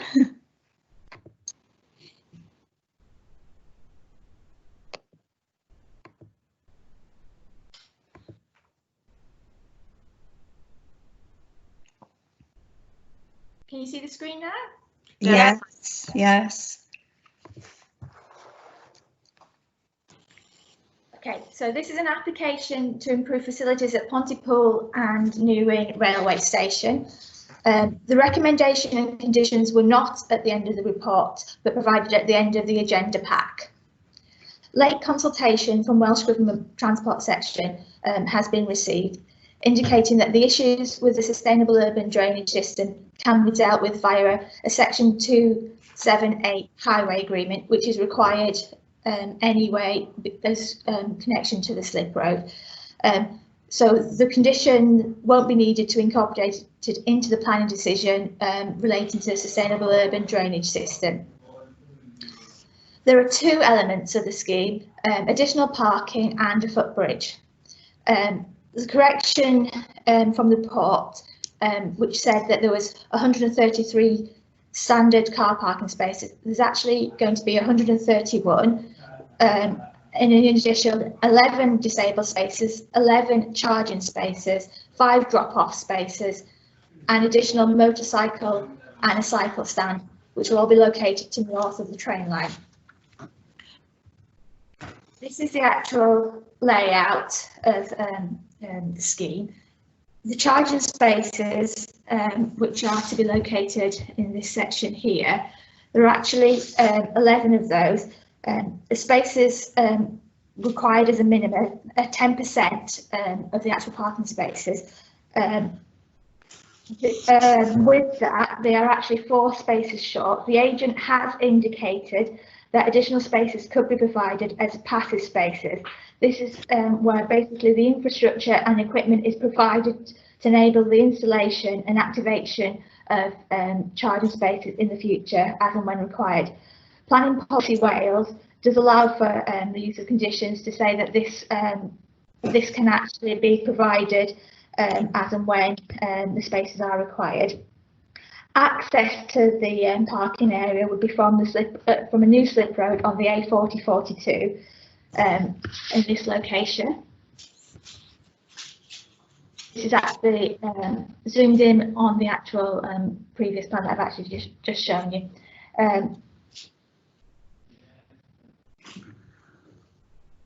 The access actually involves the removal of 1.5 hectares of self-seeding trees. There is a proposal to provide replacement tree planting within Pontypool Park. In principle, there will be detailed conditions attached to any approval for a planting plan to be actually provided. The second element of the actual application is a footbridge and lift to provide access to all the platforms. So this is a plan showing the actual proposed footbridge with the towers actually having a lift which goes up to the footbridge and across and back down again towards the car park. So that's actually a 3D model of the actual proposed footbridge. So this area is the actual overview of the actual site, and as you can see there are a number of self-seeding trees on there. This photo actually shows the relationship between the trunk road and the railway line. So this is the area of trees on the top photo which would actually have to be removed, and the bottom photo actually showing the platform. And again, these photos show the platform and the area of trees to be removed. The local development plan identifies a site for a park and ride facility with direct access off the A4042. As a result, the application is recommended for approval. Thank you, Chair. Thank you, Sarah. Chris, can you confirm if there are members wishing to ask questions or comment? Yes, Chair. Councillor Jason O'Connell wishes to come in. Jason, would you like to come in? Yeah, thank you, Chair. I just want to say I think this is the type of planning investment that's desperately needed in Pontypool. I think it's fantastic to see, and you know, certainly the kind of thing that's welcome in the north of the borough. If we want to grow that region, then infrastructure is a vital and crucial area that needs to be spent upon. So I'm pleased to see that. I note in the report that NRW had some serious concerns regarding bats and dormouse. I just want to know if you could talk to how we intend to mitigate against NRW concerns, please. Yeah, I agree with you, Jason. It is very needed. Right, could you come back in, Sarah, and answer Jason's question? Thank you, Chair. In terms of dormice, the habitat on the site is actually suitable for dormice, but none of the studies have actually found dormice in the actual area. In terms of bats, there aren't any actual bat roosts on the site. The reports showed that the actual bats were using the tree line to actually transfer and go up and down the actual tree line, which is why we actually had an amendment to the scheme. So as much as 1.5 hectares of trees are actually coming out, one of the amendments to the scheme was to provide the linear corridor of trees still going down the trunk road so that the bats wouldn't actually be affected. In terms of NRW's comments, they do actually put on there that they strongly have strong concerns. However, if you actually read through all the details, they say that they can be mitigated with conditions anyway. So it's not a strong objection to it. It's not an outright objection. It's they want conditions attached to the to any approval, which we will be looking to do. Okay. Thank you. Are there any more questions, Chris? Yes, Chair, actually. Yeah. Oh, you want to come back in, Jason? No. I've indicated. Chris, Hello? how many people have you got on your list? Councillor Stewart Ashley next, and then Councillor Vons next. Stewart. Yeah, I welcome this very much. This used to be one of the principal railway stations in the valley, and it's good to see it being reinstated.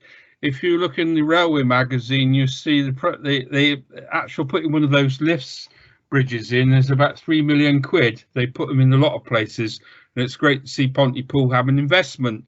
I'd like to see one in Cwmbran as well, but we'll get one of those when we get one. But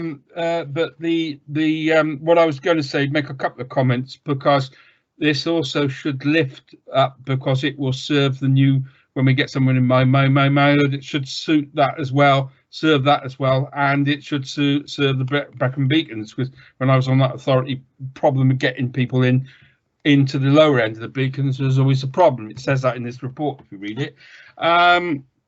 The other aspect is also serving the canal corridor and the rest of it.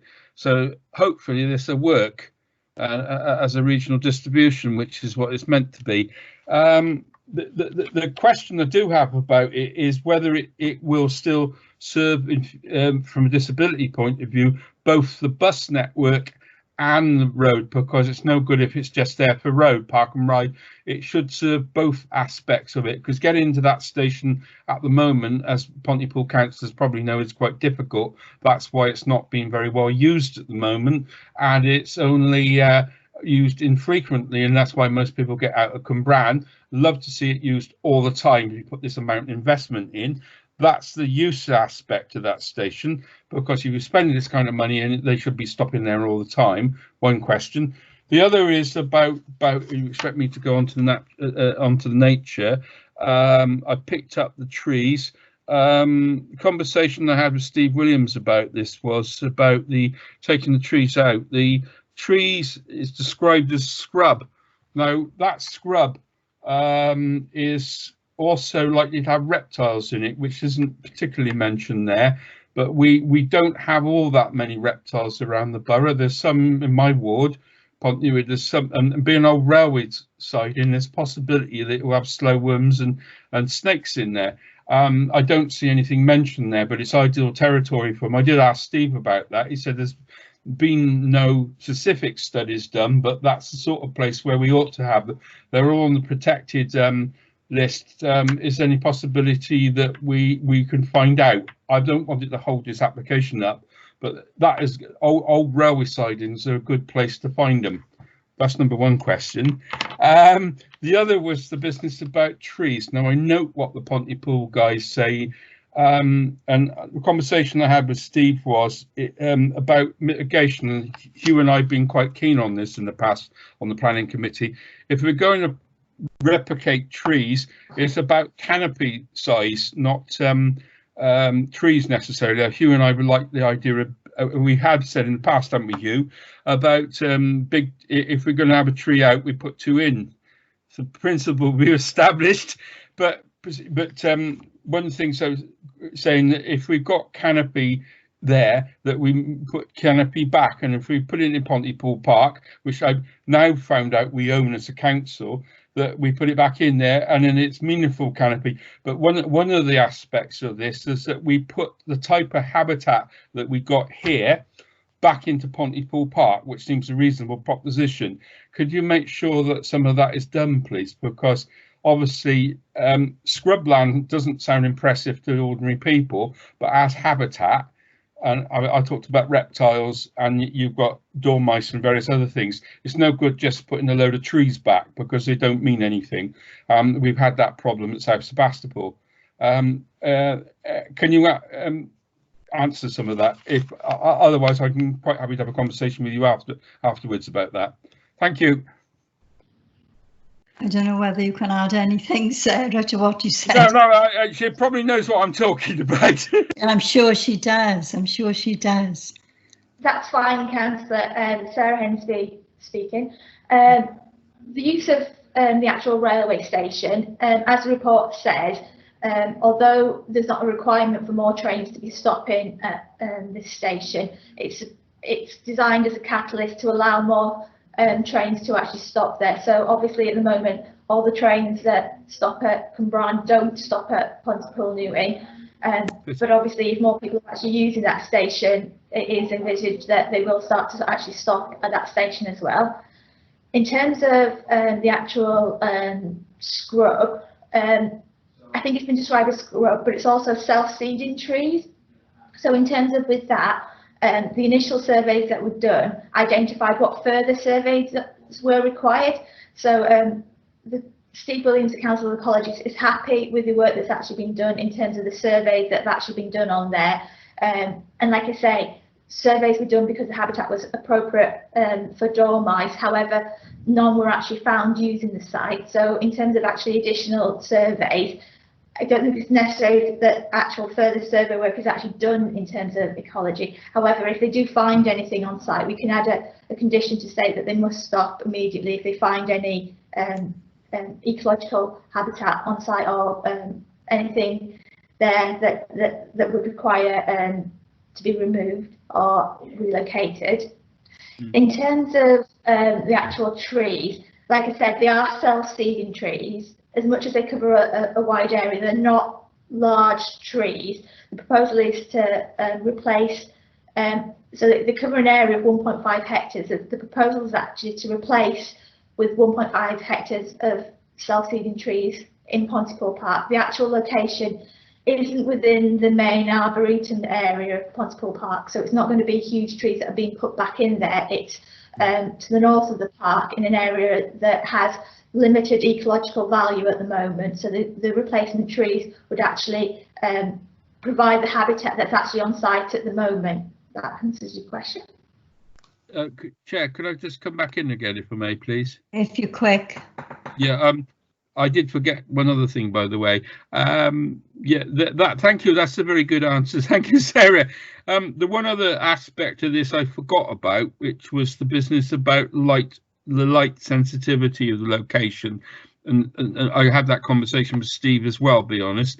The idea that it can be seen, he did suggest to me that if Rail Track, whoever's doing or Transport for Wales is doing this, they probably are quite aware of this. But I did take the point the Beacon said about the light sensitivity of that site and the fact that it actually can be seen from the Brecon Beacons. But it's a moot point about a large station like this, whether it's going to be a light emitter or not. And as far as the trees, you said, if you look along from that site, you said it when you answered for bats. The scrub or self-seeding scrub is a problem we've got all through the borough.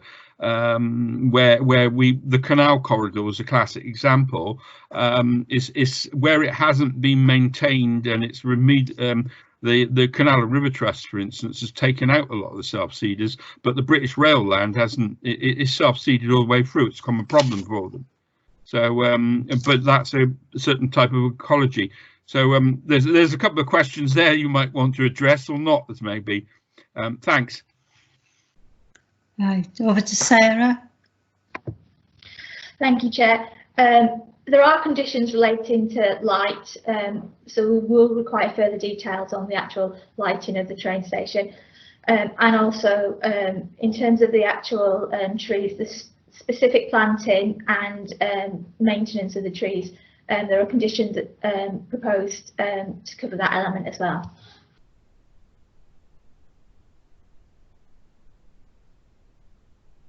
We've lost you, Sarah. Sorry, Sarah, you seem to be mute. Yeah. Sorry, did you hear any of the answer? We heard the first part of it, but not the second part of it. So instead of the conditions proposed attached to the report regarding the actual light from the parking area in the train station, and also regarding the tree planting in both Pontypool Park and in the train station in terms of the future management and the type of trees that are actually proposed to be planted there. We've lost you again, Sarah. You've gone again.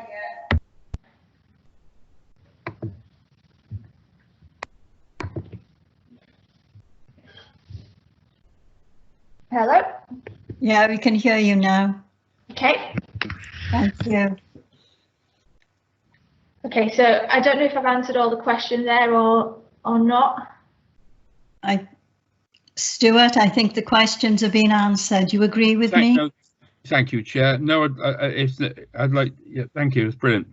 Yes, thank you, Sarah. Right, I think Veronica, you're on the list to speak. Would you like to come in now? Thank you. I hope I'm properly unmuted now and stay unmuted. Thank you very much. I do appreciate this application. Having been someone who's worked out at Mum Island and understanding the difficulties that people would have if they wanted to attend a meeting there, particularly with the health board, and we'd be picking people up from Newport because of there not being the facilities for them to get up if they come from London or something like that by train. I think from that point of view, it's great, and with the future consideration of the village development there. What I did want to query was the car parking. What I picked up from what you were saying, Sarah, was that there were 131 car parking spaces with 11 charging, so it was 4 short of what it should have been.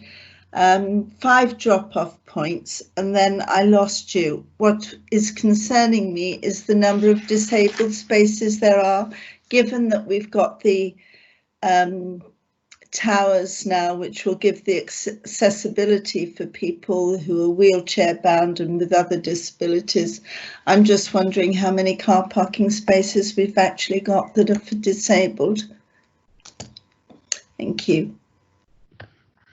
Sarah, could you answer that? Thank you, Chair. Thank you.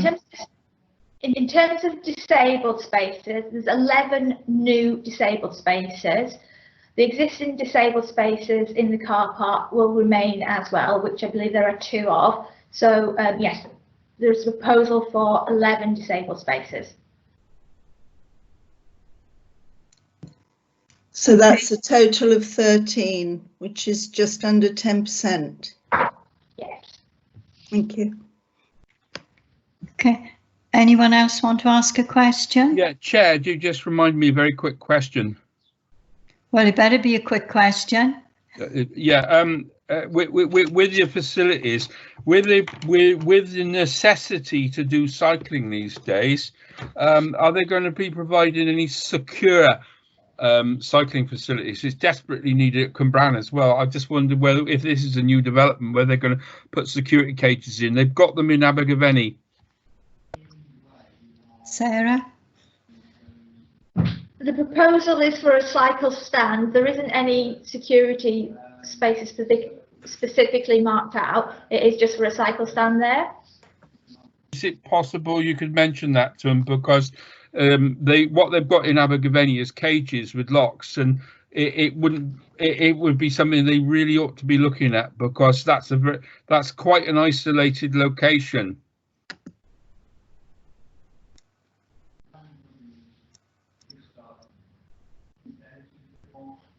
In terms of with that, we can look into adding a condition relating to the actual cycle stand and the actual specific details of that.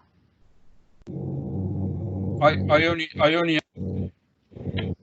because we've been asked as a borough to look into travel as part of the current climate at the moment. I'll leave it there. Okay, are there any other questions? Chair, Councillor Hugh Bevan has indicated. Right, Hugh?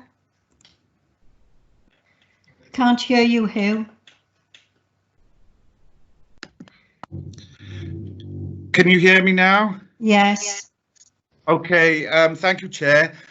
Before I start with the, I won't say negatives, but with the points I wanted to raise, I want to start with the positive and say I'm really broadly very supportive of the scheme. I welcome it, and I echo the sentiments that have been raised by other councillors in terms of having the park and ride and improving the transportation links. So I want to get that out of the way. I was a little bit concerned with the answer that was given earlier. It was almost like out of a film in terms of if you build it, they will come, in terms of the future anticipated usage. And given that we're very much involved in the Cardiff City Regional Deal, and we are looking to improve transportational infrastructure links within the community, could we not have sought assurances about the potential improvements for the timetables and greater train usage? I know that's anticipated, but it's not, and it's something obviously we need to take into consideration as part of this planning committee meeting. But I would have thought there might have been further work around that at this stage for us to consider when we're considering this application. And the second thing really is picking up on the ecology points that Councillor Ashley raised.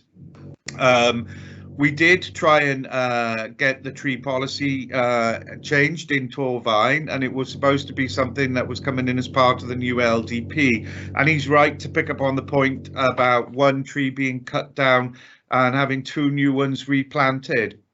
They mentioned the canopy, and although the trees are deemed to be of low quality because they're self-seeded, it's quite a significant amount, 1.5 hectares. And the report does actually state on page 214 that where it refers to the ecological surveys and reports, it says that these can be conditioned to ensure that in addition to the mitigation for loss of habitat, ecological enhancement of the site is provided. Now, I would very much like to see that, and I would have liked to have seen further detail on those ecological enhancements contained within the report to support this particular application. I can see from the report that questions have been raised by Friends of Pontypool Park in terms of the types of trees, the species that would be planted, and I think there is an issue here with interconnectivity as well for migrating species. And if we're going to be actively promoting being cleaner and greener in Torvine, when an opportunity like this presents itself with such a large number of trees being cleared for this development, could we not also use this as an opportunity to improve the type and the quality and the species of the trees that are going to be replanted in terms of the ecological impact assessment and associated conditions? Sarah? Okay, if I come back in on the ecological side and ask Paul to come back in on the timetabling and regarding the transport element. In terms of ecology, as you say, 1.5 hectares is to be removed of the self-seeding trees. With that, it's a like-for-like replacement in terms of area rather than the actual number of trees. The number of trees hasn't been agreed yet, and the actual species haven't been agreed yet. That's something that we're conditioning and would like to work through with our ecologists and Pontypool, the Friends of Pontypool Park, to ensure that the types and species are appropriate for the actual area and would be an enhancement. In addition, in terms of the interconnectivity through the site and the linear line of trees going through the site, that has, like I said before, been amended so that there are actually additional tree planting to make sure that actually happens, with the species being to be agreed in the future to ensure that there would be actually be an enhancement for the ecology in the area. So that's in terms of the ecology. I don't know if Paul wants to come back in on the actual timetable in issue.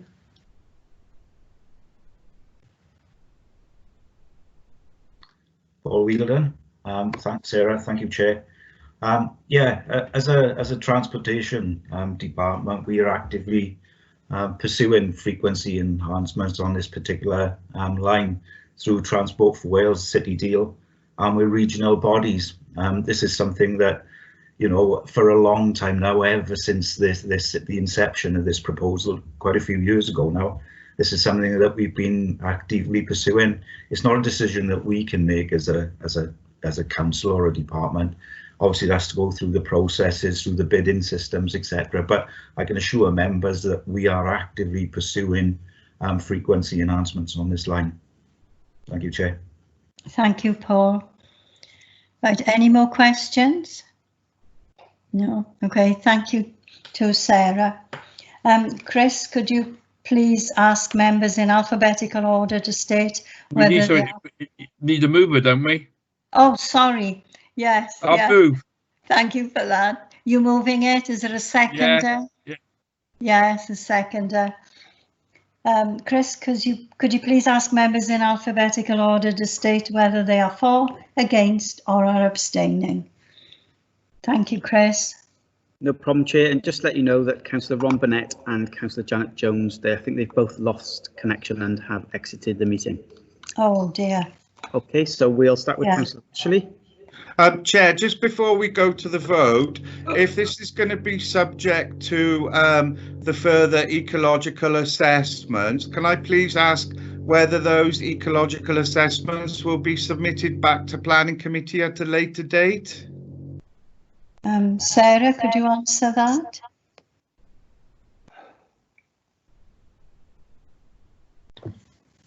In terms of the actual assessments, it's not a case of that the conditions would ask for further assessments. It's further details in terms of the actual type of trees and the actual numbers, etc. So it's not further assessments that would be conditioned. It's the actual planting programme and any future maintenance. But in terms of conditions, once that's received, we can report that back to committee. So just to make that clear, it's not assessment, it is just the specific details of the planting proposed. Right, is that all right, Hugh? I doubt it. Your mic's not on, Hugh. Hugh, your mic is not on. Can you switch your mic on, Hugh? Well, we can't hear you, I'm sorry. So you will have to accept what Sarah has said. Is that all right? I mean, I can't do anything else. It's the technology. Right, so we'll go back to voting now. Everyone agreed? Chris, are you ready for it? I am, Chair. Thank you very much. Okay, so starting with Councillor Ashley.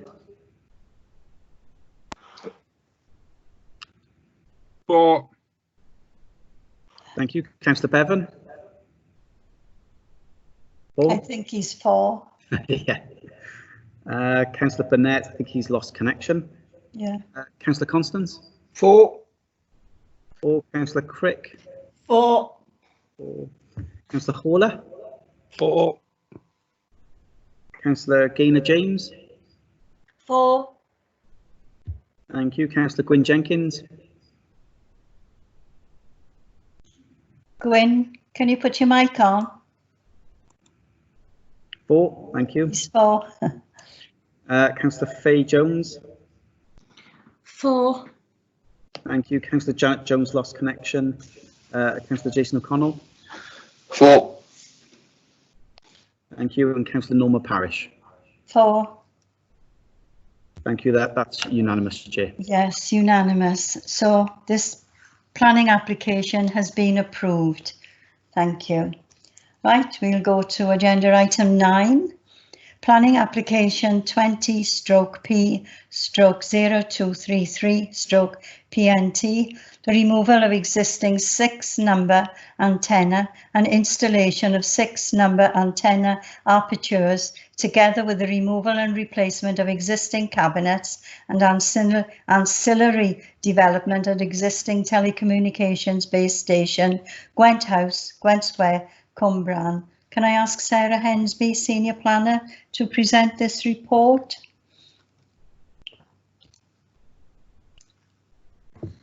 Thank you, Chair. Sarah.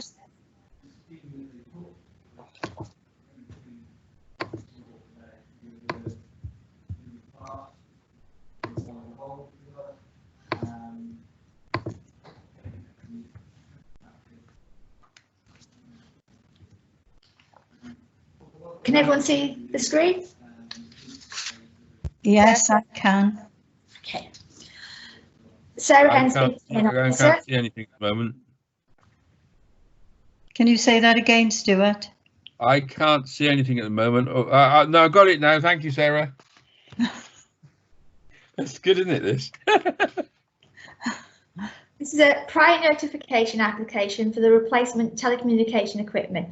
Only the siting and appearance of the development is to be assessed in this application. As stated, the application site is at Gwent House for the replacement equipment. This obviously is Gwent House. This plan actually shows the roof structure and the existing plant and the proposed equipment on the actual roof of Gwent House. The actual equipment would be 34 metres above ground level. There isn't any increase in height, and as stated, it's for 6 antenna to replace existing 6 antenna. The details that have been submitted are very similar to what's actually already there on site.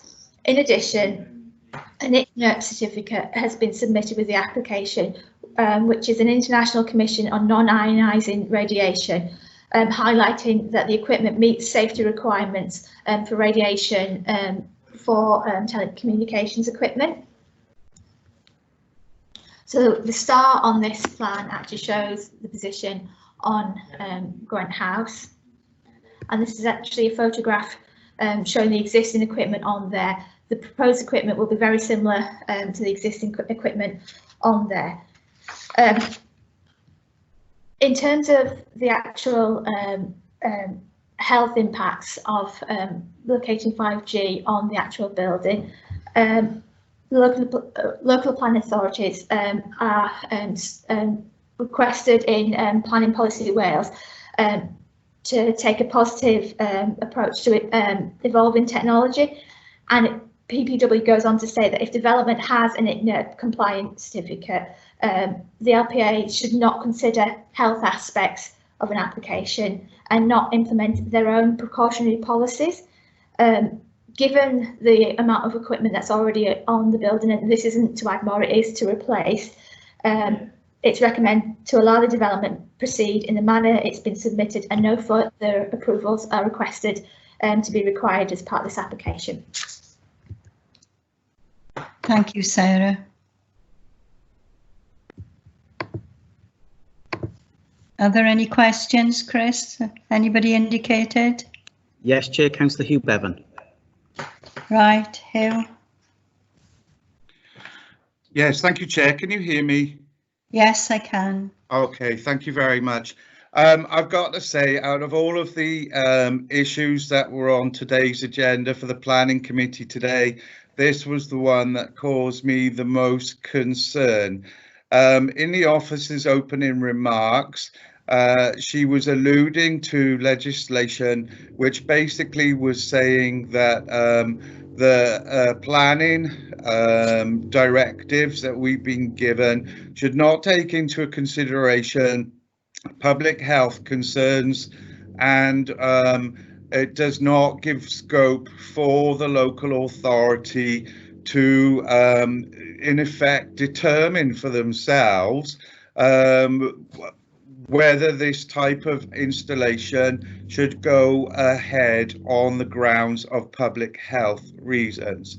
Now, I'm not referring to potential links to fake news and coronavirus that some members may or may not have seen on the internet. Over the weekend, I undertook some research.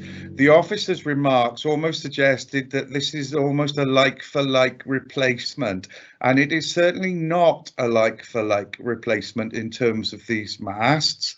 I don't accept the full independence of the body that has actually certified these things for being safe to use. Members may or may not be aware that these do not operate in the radio wave spectrum of frequencies of operation. They operate in the microwave range of frequencies of operation, and there have been considerable concerns raised by very eminent scientists over a number of years about the potential health impacts of these 5G masts. A number of scientists have written letters to the EU to try and prevent them from being installed. There's been quite a considerable amount of research that's been undertaken into this area. And additionally, entire countries have recently come out and said they will not be adopting this technology because of the concerns they've got over the health and safety issues. There was an article in the Financial Times dated April this year to say that Switzerland are not going to proceed with the installation of these. So I asked for this item to be deferred from today's agenda for further consideration and research to be undertaken. The answer I've been given is that it's Welsh Government policy and it's in the LDP, and therefore we should proceed with it and go ahead with it. But I just want to say that I do have some very serious concerns about these installation of these masts because of the frequencies they operate on, the potential health consequences, and additionally, because the range of them is shorter than the previous technology of the masts, there will be a requirement for a far greater number of 5G masts to be installed in the borough to the predecessor masts, the Type 3 generation and Type 4 generation masts. And it's a bit alarming that this particular application is being brought before us today as a planning committee because this particular one is in Gwent Square. But I've also received notification that from the planning officers that for other installations, they don't need to bring applications before the planning committee, and they're capable of determining those themselves. So if that's the case, there are also questions over why are members of the planning committee being asked to decide on an installation of these potential harmful masts in the centre of the town centre in a large population area where planning officers could have determined this without it being brought to before the planning committee. I did ask for a deferment until there could be more evidence produced in terms of why the legislation would suggest that public health issues need to come second in terms of planning issues, and I asked for this to be deferred, but I was told no, it wasn't possible because of the time frame. So I got to try to make members aware. I didn't circulate all of the relevant documentation, and the planning officers haven't deemed it either relevant to do so. So I really think that there should be a lot more research undertaken into the installation of these masts, and as I said, this is absolutely nothing to do with coronavirus. Right. Do you want to comment, Sarah? Thank you, Chair. In terms of the actual health issues, with that, as stated in the report and in my presentation, that isn't something, as long as the ITNR certificate has been provided, that isn't something that's considered in this application. It's not an application for planning permission, it's a prior notification where only the site and appearance is actually considered. So in terms of this application, obviously it's on a building where there's already equipment actually on there. In terms of the actual health implications, obviously I think the information that you've been looking at was dated 2017, and the actual planning policy Wales came out in 2018, and there are actually a lot of information from scientists on both sides actually having a look at that, but that isn't something to be considered by the planning authority when national guidance is actually that we just look at the site and the actual appearance. In terms of the actual determining of the applications, it's not the case that we've got delegated powers to determine telecommunications applications. A lot of telecommunications development doesn't actually require planning permission. So in terms of elsewhere in the borough, where we're notified that 5G installations are taking place, it's not a case of the planning officers have determined that under delegated powers.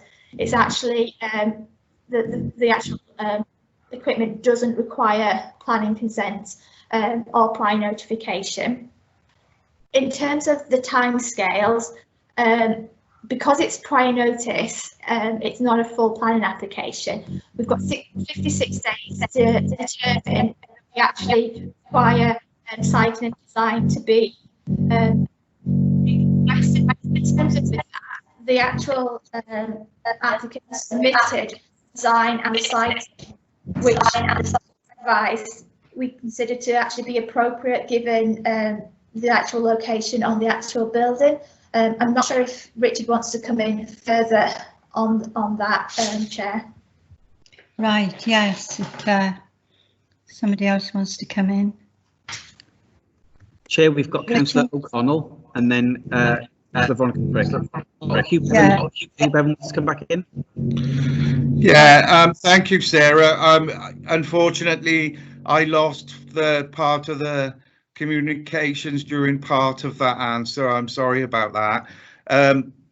Yeah, I just wanted to come back on the point that kind of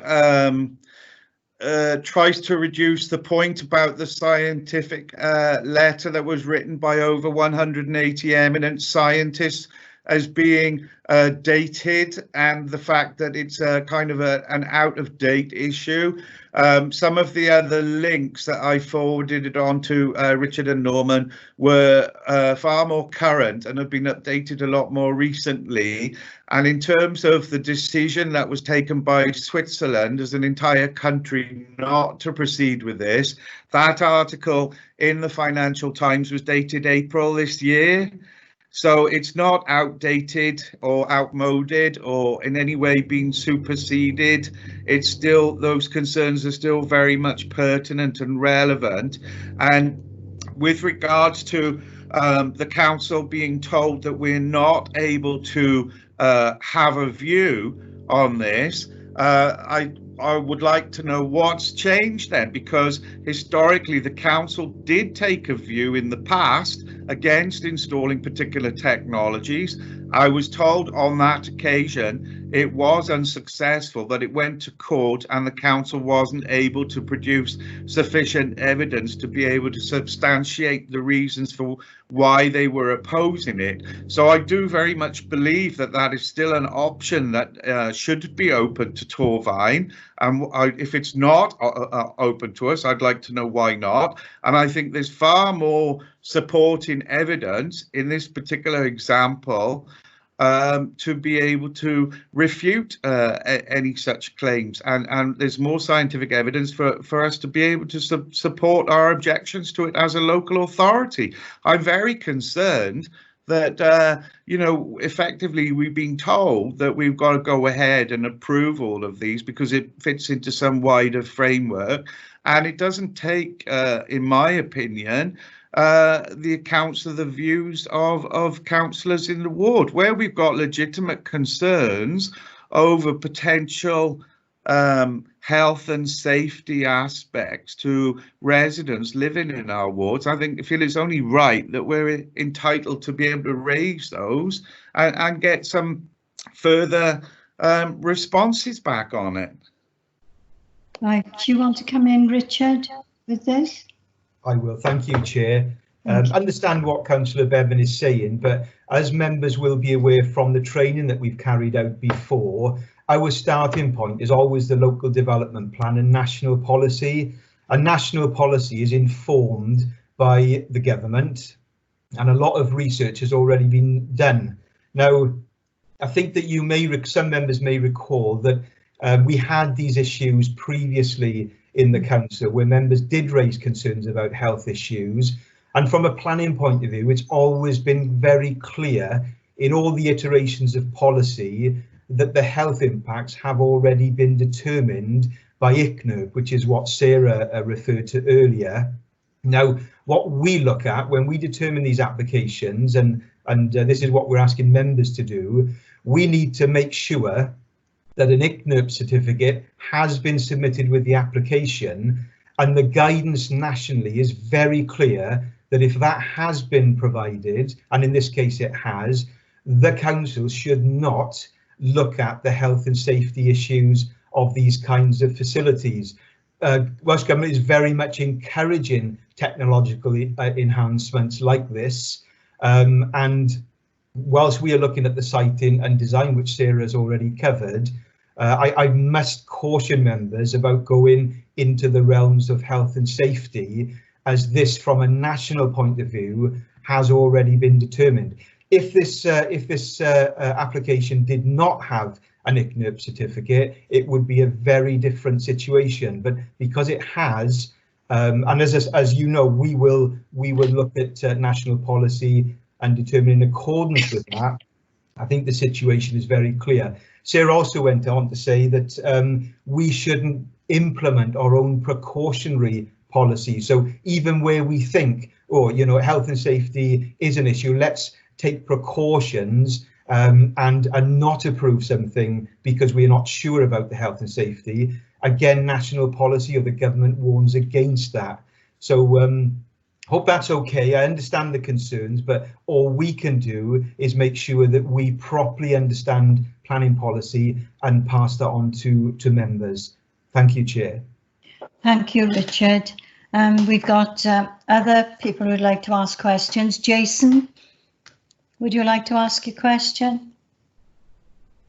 Yeah, more of a statement, really. I too have done a decent amount of research onto the 5G thing, and I come down on the other side of the coin from Hugh, and this whole conspiracy theory thing was born from the same people that will tell you the chemtrails are controlling us from our overlords, and it's just grown and grown and grown as a conspiracy theory on the internet.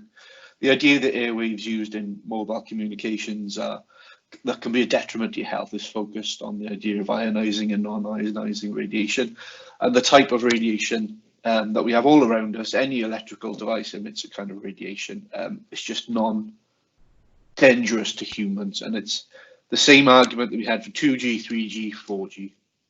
And I don't think it's something that we need to be focusing on in this planning debate, if you like. It's a visual aspect that we need to look at, and I think that's what we need to focus on in terms of this application. And I just remind members that 5G installation in Cwmbran, it's technologically, it's leaps and bounds an improvement on where we are now in terms of 4G. So the benefits by far and away outweigh any perceived conspiracy theory risk, I would say. Thank you, Jason. Veronica, did you want to come in? Veronica? Thank you. I just had to unmute. Yes, thank you, Chair. I had a look at the FT. I've got an earlier report than Hugh referred to, because I know they were waiting for the signatures at that time, and that was February. And yes, the Environment Agency there has called time on the use of all new towers, and Switzerland, as many of you probably know, is one of the world leaders in the rollout of 5G. And because of that, I think they've begun questioning it. It's very much in a state of flux there. They're waiting for reports back more than anything else. But it is interesting because there's such a major centre in Europe that people are now expressing concerns, and they are being listened to. So I can appreciate where they're coming from, and I thank you for raising it now. From what has been said from a planning viewpoint, I almost wonder what teeth we've got with the information we've been given in terms of what is being put forward by the Welsh Government. We're more or less being told that our hands are tied. So why is it coming to us? That's what I don't understand. Thank you. Thank you. Do you want to answer any of that, Sarah? Thank you, Chair. In terms of why applications are coming to us, it is regarding the siting of them and the actual design of them. Obviously, we have refused or asked for further details in terms of siting and design in other applications, because obviously in some instances equipment might be close to listed buildings or in sensitive areas. So that's why applications actually come before the planning authority in terms of the siting and the actual design. Don't know if that answers your question, Councillor. Okay, Veronica. Thank you, Sarah. That's better. Sorry, I'd lost it again. Yeah, I can appreciate what you're saying, Sarah, and it's interesting that design is considered to be more important than people's health. And I can see Hugh smiling. Yeah, we're obviously going to get more of these, you know, just thinking in terms of A, the hospital, B, the police headquarters. So I think we've just got to be mindful of that, and it does look as if we don't have any teeth. Thank you. Right. Any more questions, comments? Chair, Councillor Stewart actually indicated. Oh, Yeah, I did. Stuart. What was said, I think, by Sarah regards citing is something that I think we as a committee have taken on board in the past. Regards, you know, schools. We even turned one down, strangely enough, for the previous question up in Garndetheth on that bend, funny enough, not far from that bend. So we found that we can question sightings, and when in Pontypool, I remember rightly, in a stupid place. What we certainly have drawn attention to is that a lot of the companies want to put their masts all over the place, and I can't see the logic of why they can't work together. And one of the interesting effects of the current emergency is a lot of people are working together, and I don't think it's beyond the wit of the telephone companies to actually do corporate, you know, working together and putting masts together. But as far as the 5G is concerned, I've been following this in the Guardian and various other publications, and I, as somebody who suffers from seizures and various effects of electromagnetic equipment, I'm not convinced that it doesn't have an effect. If you look around this close, the amount of electromagnetic energy coming out of Wi-Fi and various other technologies, you have to ask yourself a question when you go away. The thing about the effect of light pollution, you then have to ask yourself about that. But as per a planning application, I'm going to approve this simply because I can't. The Welsh Government and our planning officers say apply that, and it's what Veronica says. We have no choice but to approve of it. But as from any questions I have about where calendars with silver foil and other things like that, there's a lot of stupidity out there, and I agree with Jason on this. In that sense, the technology is useful. We all use it until it's proved dangerous. You know, I have certain views on microwaves and things, and I will keep away from things. But that's me. That's my own personal opinion. It's supposed to be safe, and I think we have to accept that it is. But overuse of it is not. And so I will agree with this application. But bearing in mind, overuse of it probably isn't. Thank you. Right, thank you, Stuart. There are no more questions. So would somebody, a member, move a proposal, please? Move. Seconded. It's seconded. Right. Chris, could you please ask members in alphabetical order to state whether they are for, against, or are abstaining? Thank you, Chris. Yes, Chair. So we'll go to Councillor Ashley first. For. Councillor Hugh Bevan. Against. Councillor Lynn Constance. 4. Councillor Veronica Crick. Abstain. Councillor John Horler. 4. Councillor Gaynor James. 4. Councillor Gwyn Jenkins.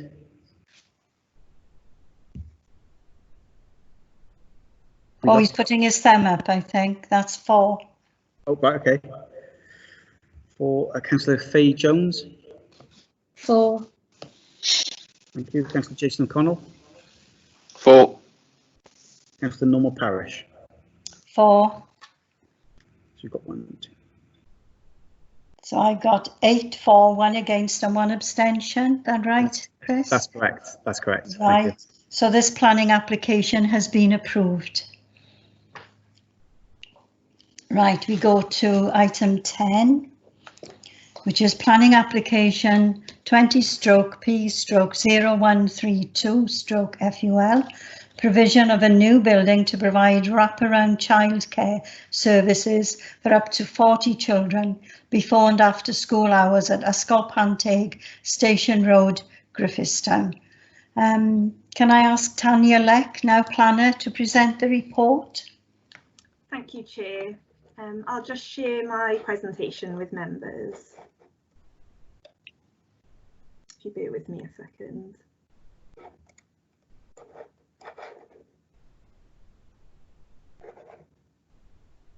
Oh. Okay, so hopefully members can see the presentation. Yes. Great, thank you. So this is an application for a new childcare facility at Ysgol Panteg in Griffithstown. The facility is proposed within a new modular building at the site, and it would provide Welsh medium childcare provision for up to 40 children. The facility is proposed to operate between 7:30 AM and 6 PM Monday to Friday. The building is proposed on the west side of the school site. It is adjacent to the existing school building. You can see on the site location plan here the building, and then there's some associated outdoor play areas to the north, south and the west of the building. The building would be single storey with a maximum height of 3.5 metres. Over the associated play areas to the north, south and west are some rain shelters to provide a canopy. And the external finish of the building reflects the materials used in the existing school building. I'll move on to some photographs here. The bottom photograph shows what the land is currently used for. It's a garden space used in association with the school. There's some managed grass and some planters. And then the top photo is taken from within the school site, and it's looking towards the rear of the existing school building. The new building would be on the left-hand side. And then this is a photo that just shows the site from Station Road and the cycle path. There's limited views of the existing school site, as the land is at a lower ground level. So the application is recommended for approval subject to conditions. I would also note there is an amendment to the report. An additional condition would be attached to require the wildflower planting as proposed to be implemented within a certain timescale linked to the erection of the building. So yeah, if members could just note that, please. Thank you, Chair. Thank you, Tanya. Chris, has anyone indicated they would like to ask a question? I can't see any. Oh, Councillor Veronica Crick. Veronica?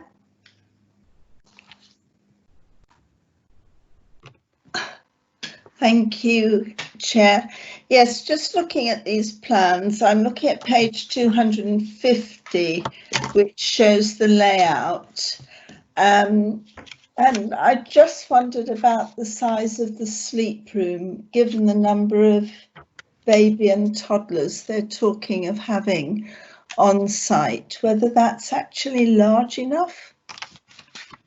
You know, given if you're dealing with very young children, you tend to find they need to have certain sleep patterns during the day, and these children are going to be there for a long period. I really do wonder if that's big enough.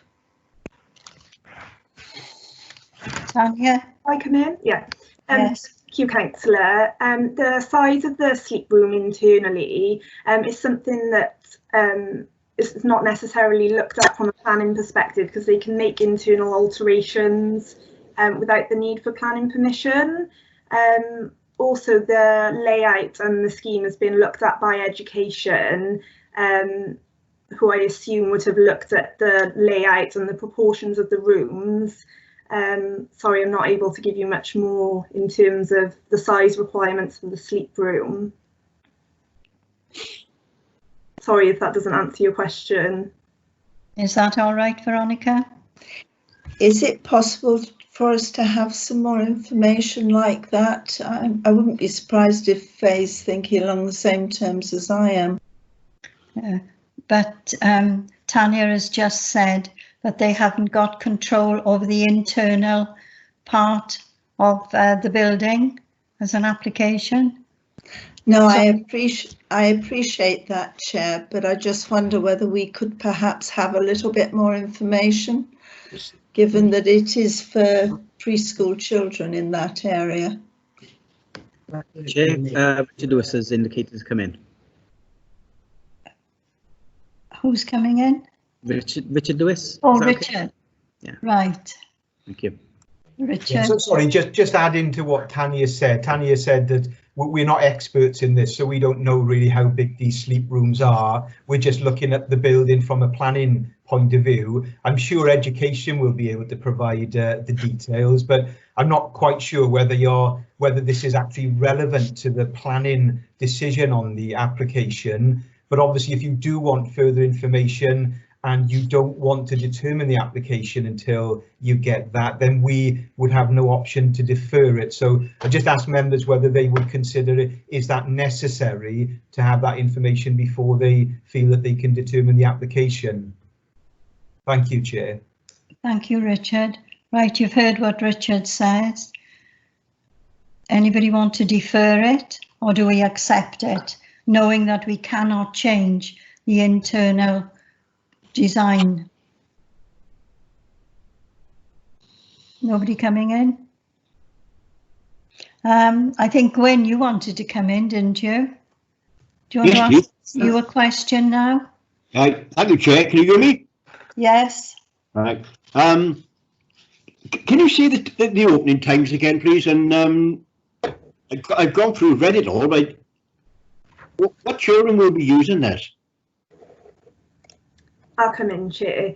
Yes, the opening times are 7:30 AM until 6 PM, and that's Monday to Friday. Yeah. The service is proposed as a wraparound facility. So it would be before school and after school childcare, but also for children who are too young to attend school. So there'd be a proportion of younger children and a proportion of older children, and it would provide kind of a service for different reasons before, during and after. Okay, Gwen? Yeah, lovely. Yeah, great. Thanks. Right. Thank you, Tanya. I think, Faye, you indicated you wanted to come in. Would you like to ask a question now? Yes, please. I'd like to ask, are the same facilities around for children who already attend Griffithstown Primary School? Do they have wraparound and care for children that sort of from the cradle, so to speak, that are 0 to 5? And are we, I know this is a bit controversial, but are we disadvantaging English-speaking children in Griffithstown? Thank you. And English families. Thank you. Can I just say, I know there is another nursery that's very, how can I say, successful on Station Road. But if this, how can I say, I don't think we can say we're disadvantaging one category of children against another, because this happens to be in a Welsh medium school grounds. Tanya, do you want to enlarge on that? Because I don't think it comes into it. Yes, thank you, Chair. Yeah, so the first point I think you're making around competition for other businesses, it's not something we can necessarily give much weight to in terms of a planning decision. So in terms of private competition between businesses, we can't take that into account. In terms of disadvantaging English-speaking children, this is within a wider school site that has been identified from our education department as a Welsh medium school. They are looking to tie in the additional childcare facility, which would also be Welsh speaking. It would have been, the decision would have been made with education that there's a requirement for and a need for this Welsh medium facility. So I hope that answers your question. Thank you. Okay, Faye.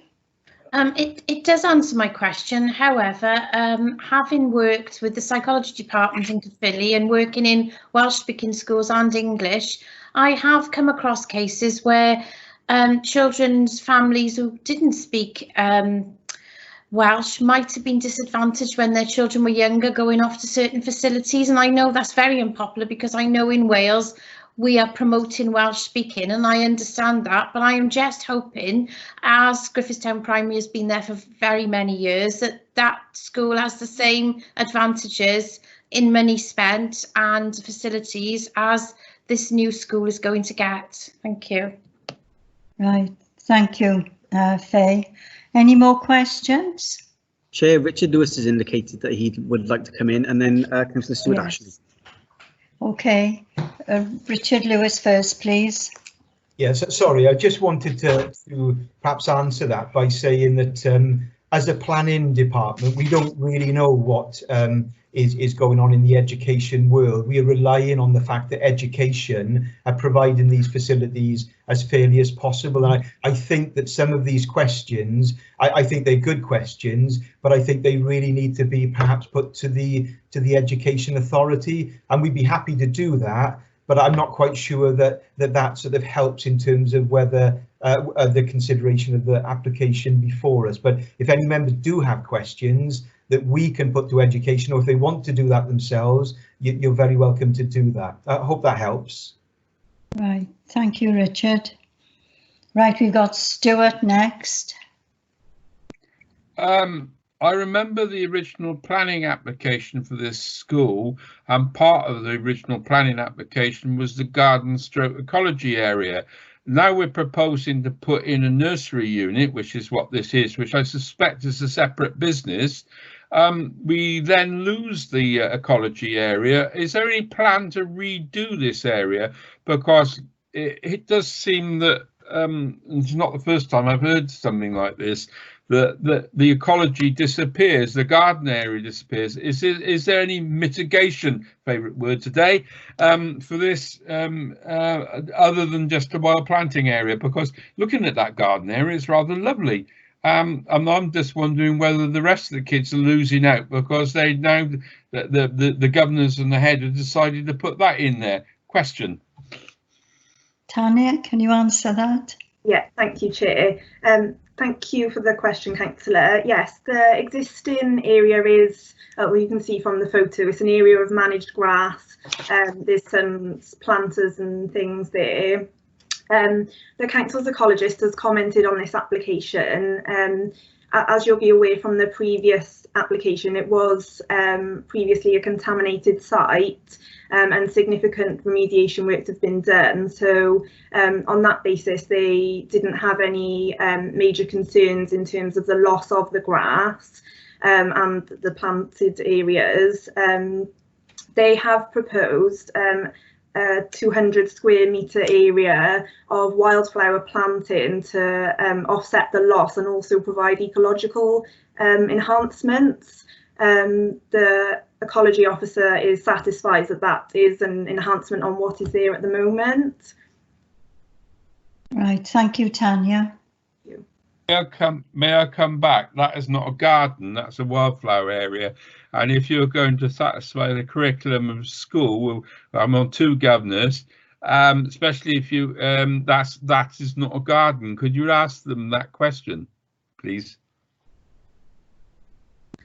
There's other playing areas within the wider site that children would have access to. There's numerous play areas. I take your point that that area is being lost, but on balance with what they're looking at doing in terms of the ecological side of it and the grounds that are within the school already, it's okay.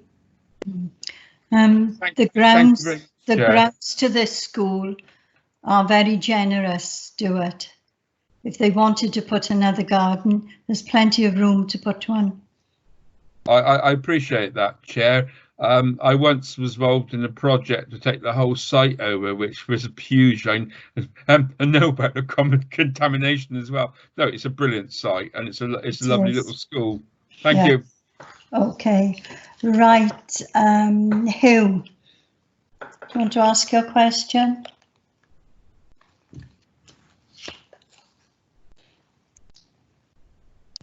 We can't hear you. Can you put your mic on?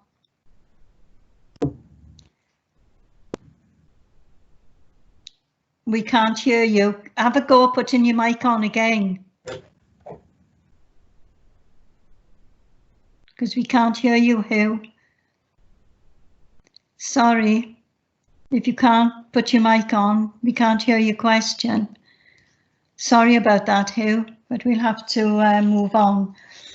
Are there any more questions? I haven't seen anyone. Chris, do you know of anyone else needing to ask a question? I don't believe anyone else has, no. Thank you, Chris. Right, could I have a member to move a proposal? Move. It's moved, seconded? I'll second that. It's seconded, thank you. Chris, we're going to need you again. Could you please ask members in alphabetical order to state whether they are for, against or abstaining? Thank you, Chris. No problem, Chair. Councillor Stuart Ashley. For. Councillor Bevan.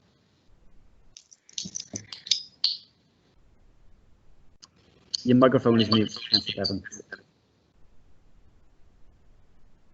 We can't hear you, Hugh. Your mic's not on. I'm trying. Can you hear me now? Yes. Oh, thank goodness for that. I'm sorry. I do support the application. I know you want to move things on to the vote. The only concern I had on page 249, the new building footprint is right adjacent to an existing Tar Macadam play area, and then there's a new shaded area where it says that the area under the canopies are to be under the soft play surface. So because the new building was going in next to an existing play yard, what I wanted to ask the planning officers was whether the existing play yard would meet the current legislative requirements for, you know, soft play, given that we are looking at toddlers coming into the new building. That's the only concern I had, but otherwise I'm in support of the application. We're doing the vote at the moment, and I mean, this is a new school, so I shouldn't think there are any problems with the standard of the work. Tanya, do you want to come in for 1 second and assure Hugh that? Yeah, thank you, Chair. It would be for education when they, oh, sorry, I think there's a bit of feedback. Okay. Yeah, it was just that the site of the new building is going in right next to an existing area, and obviously I'm not against the application going in for the new building. I fully support that, but I'm wondering what consideration has been given to the existing areas that were already in place prior to this new building put in there, because it's right adjacent to it. Yeah, so it wouldn't affect the existing play area, apart from it would be adjacent to it. Education would look at the design of the play areas, and just by having the building there, they would look at whether that would have an impact that would undermine the existing play areas. Sorry, I can't give you much more detail in terms of that. I think Richard's maybe can answer a little bit. Can I come in, Chair? Yes, Richard. I just think that obviously education are governed by their own legislation, and they will have their own standards for this. It's not, again, really for planning, I think, to dictate whether or not any encroachment is going to be a problem in terms of the existing play area. That is very much something that education will have looked at and will need to comply with their own legislation, which no doubt sets out the standards for that play area. Is that okay?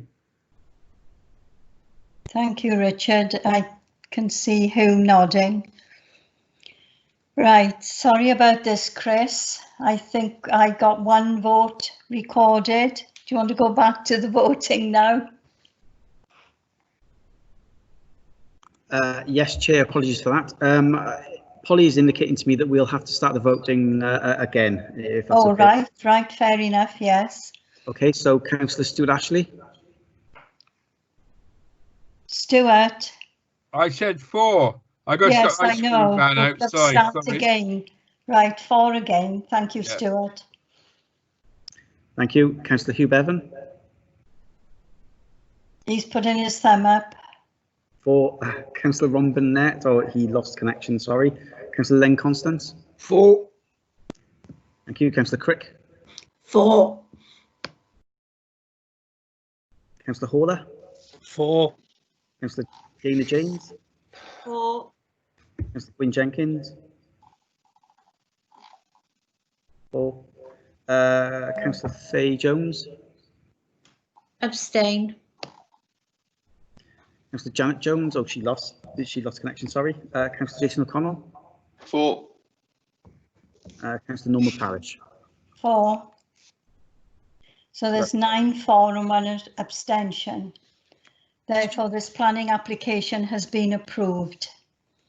Right, I think that's the last item on the agenda. I thank everyone for your attendance and your contribution.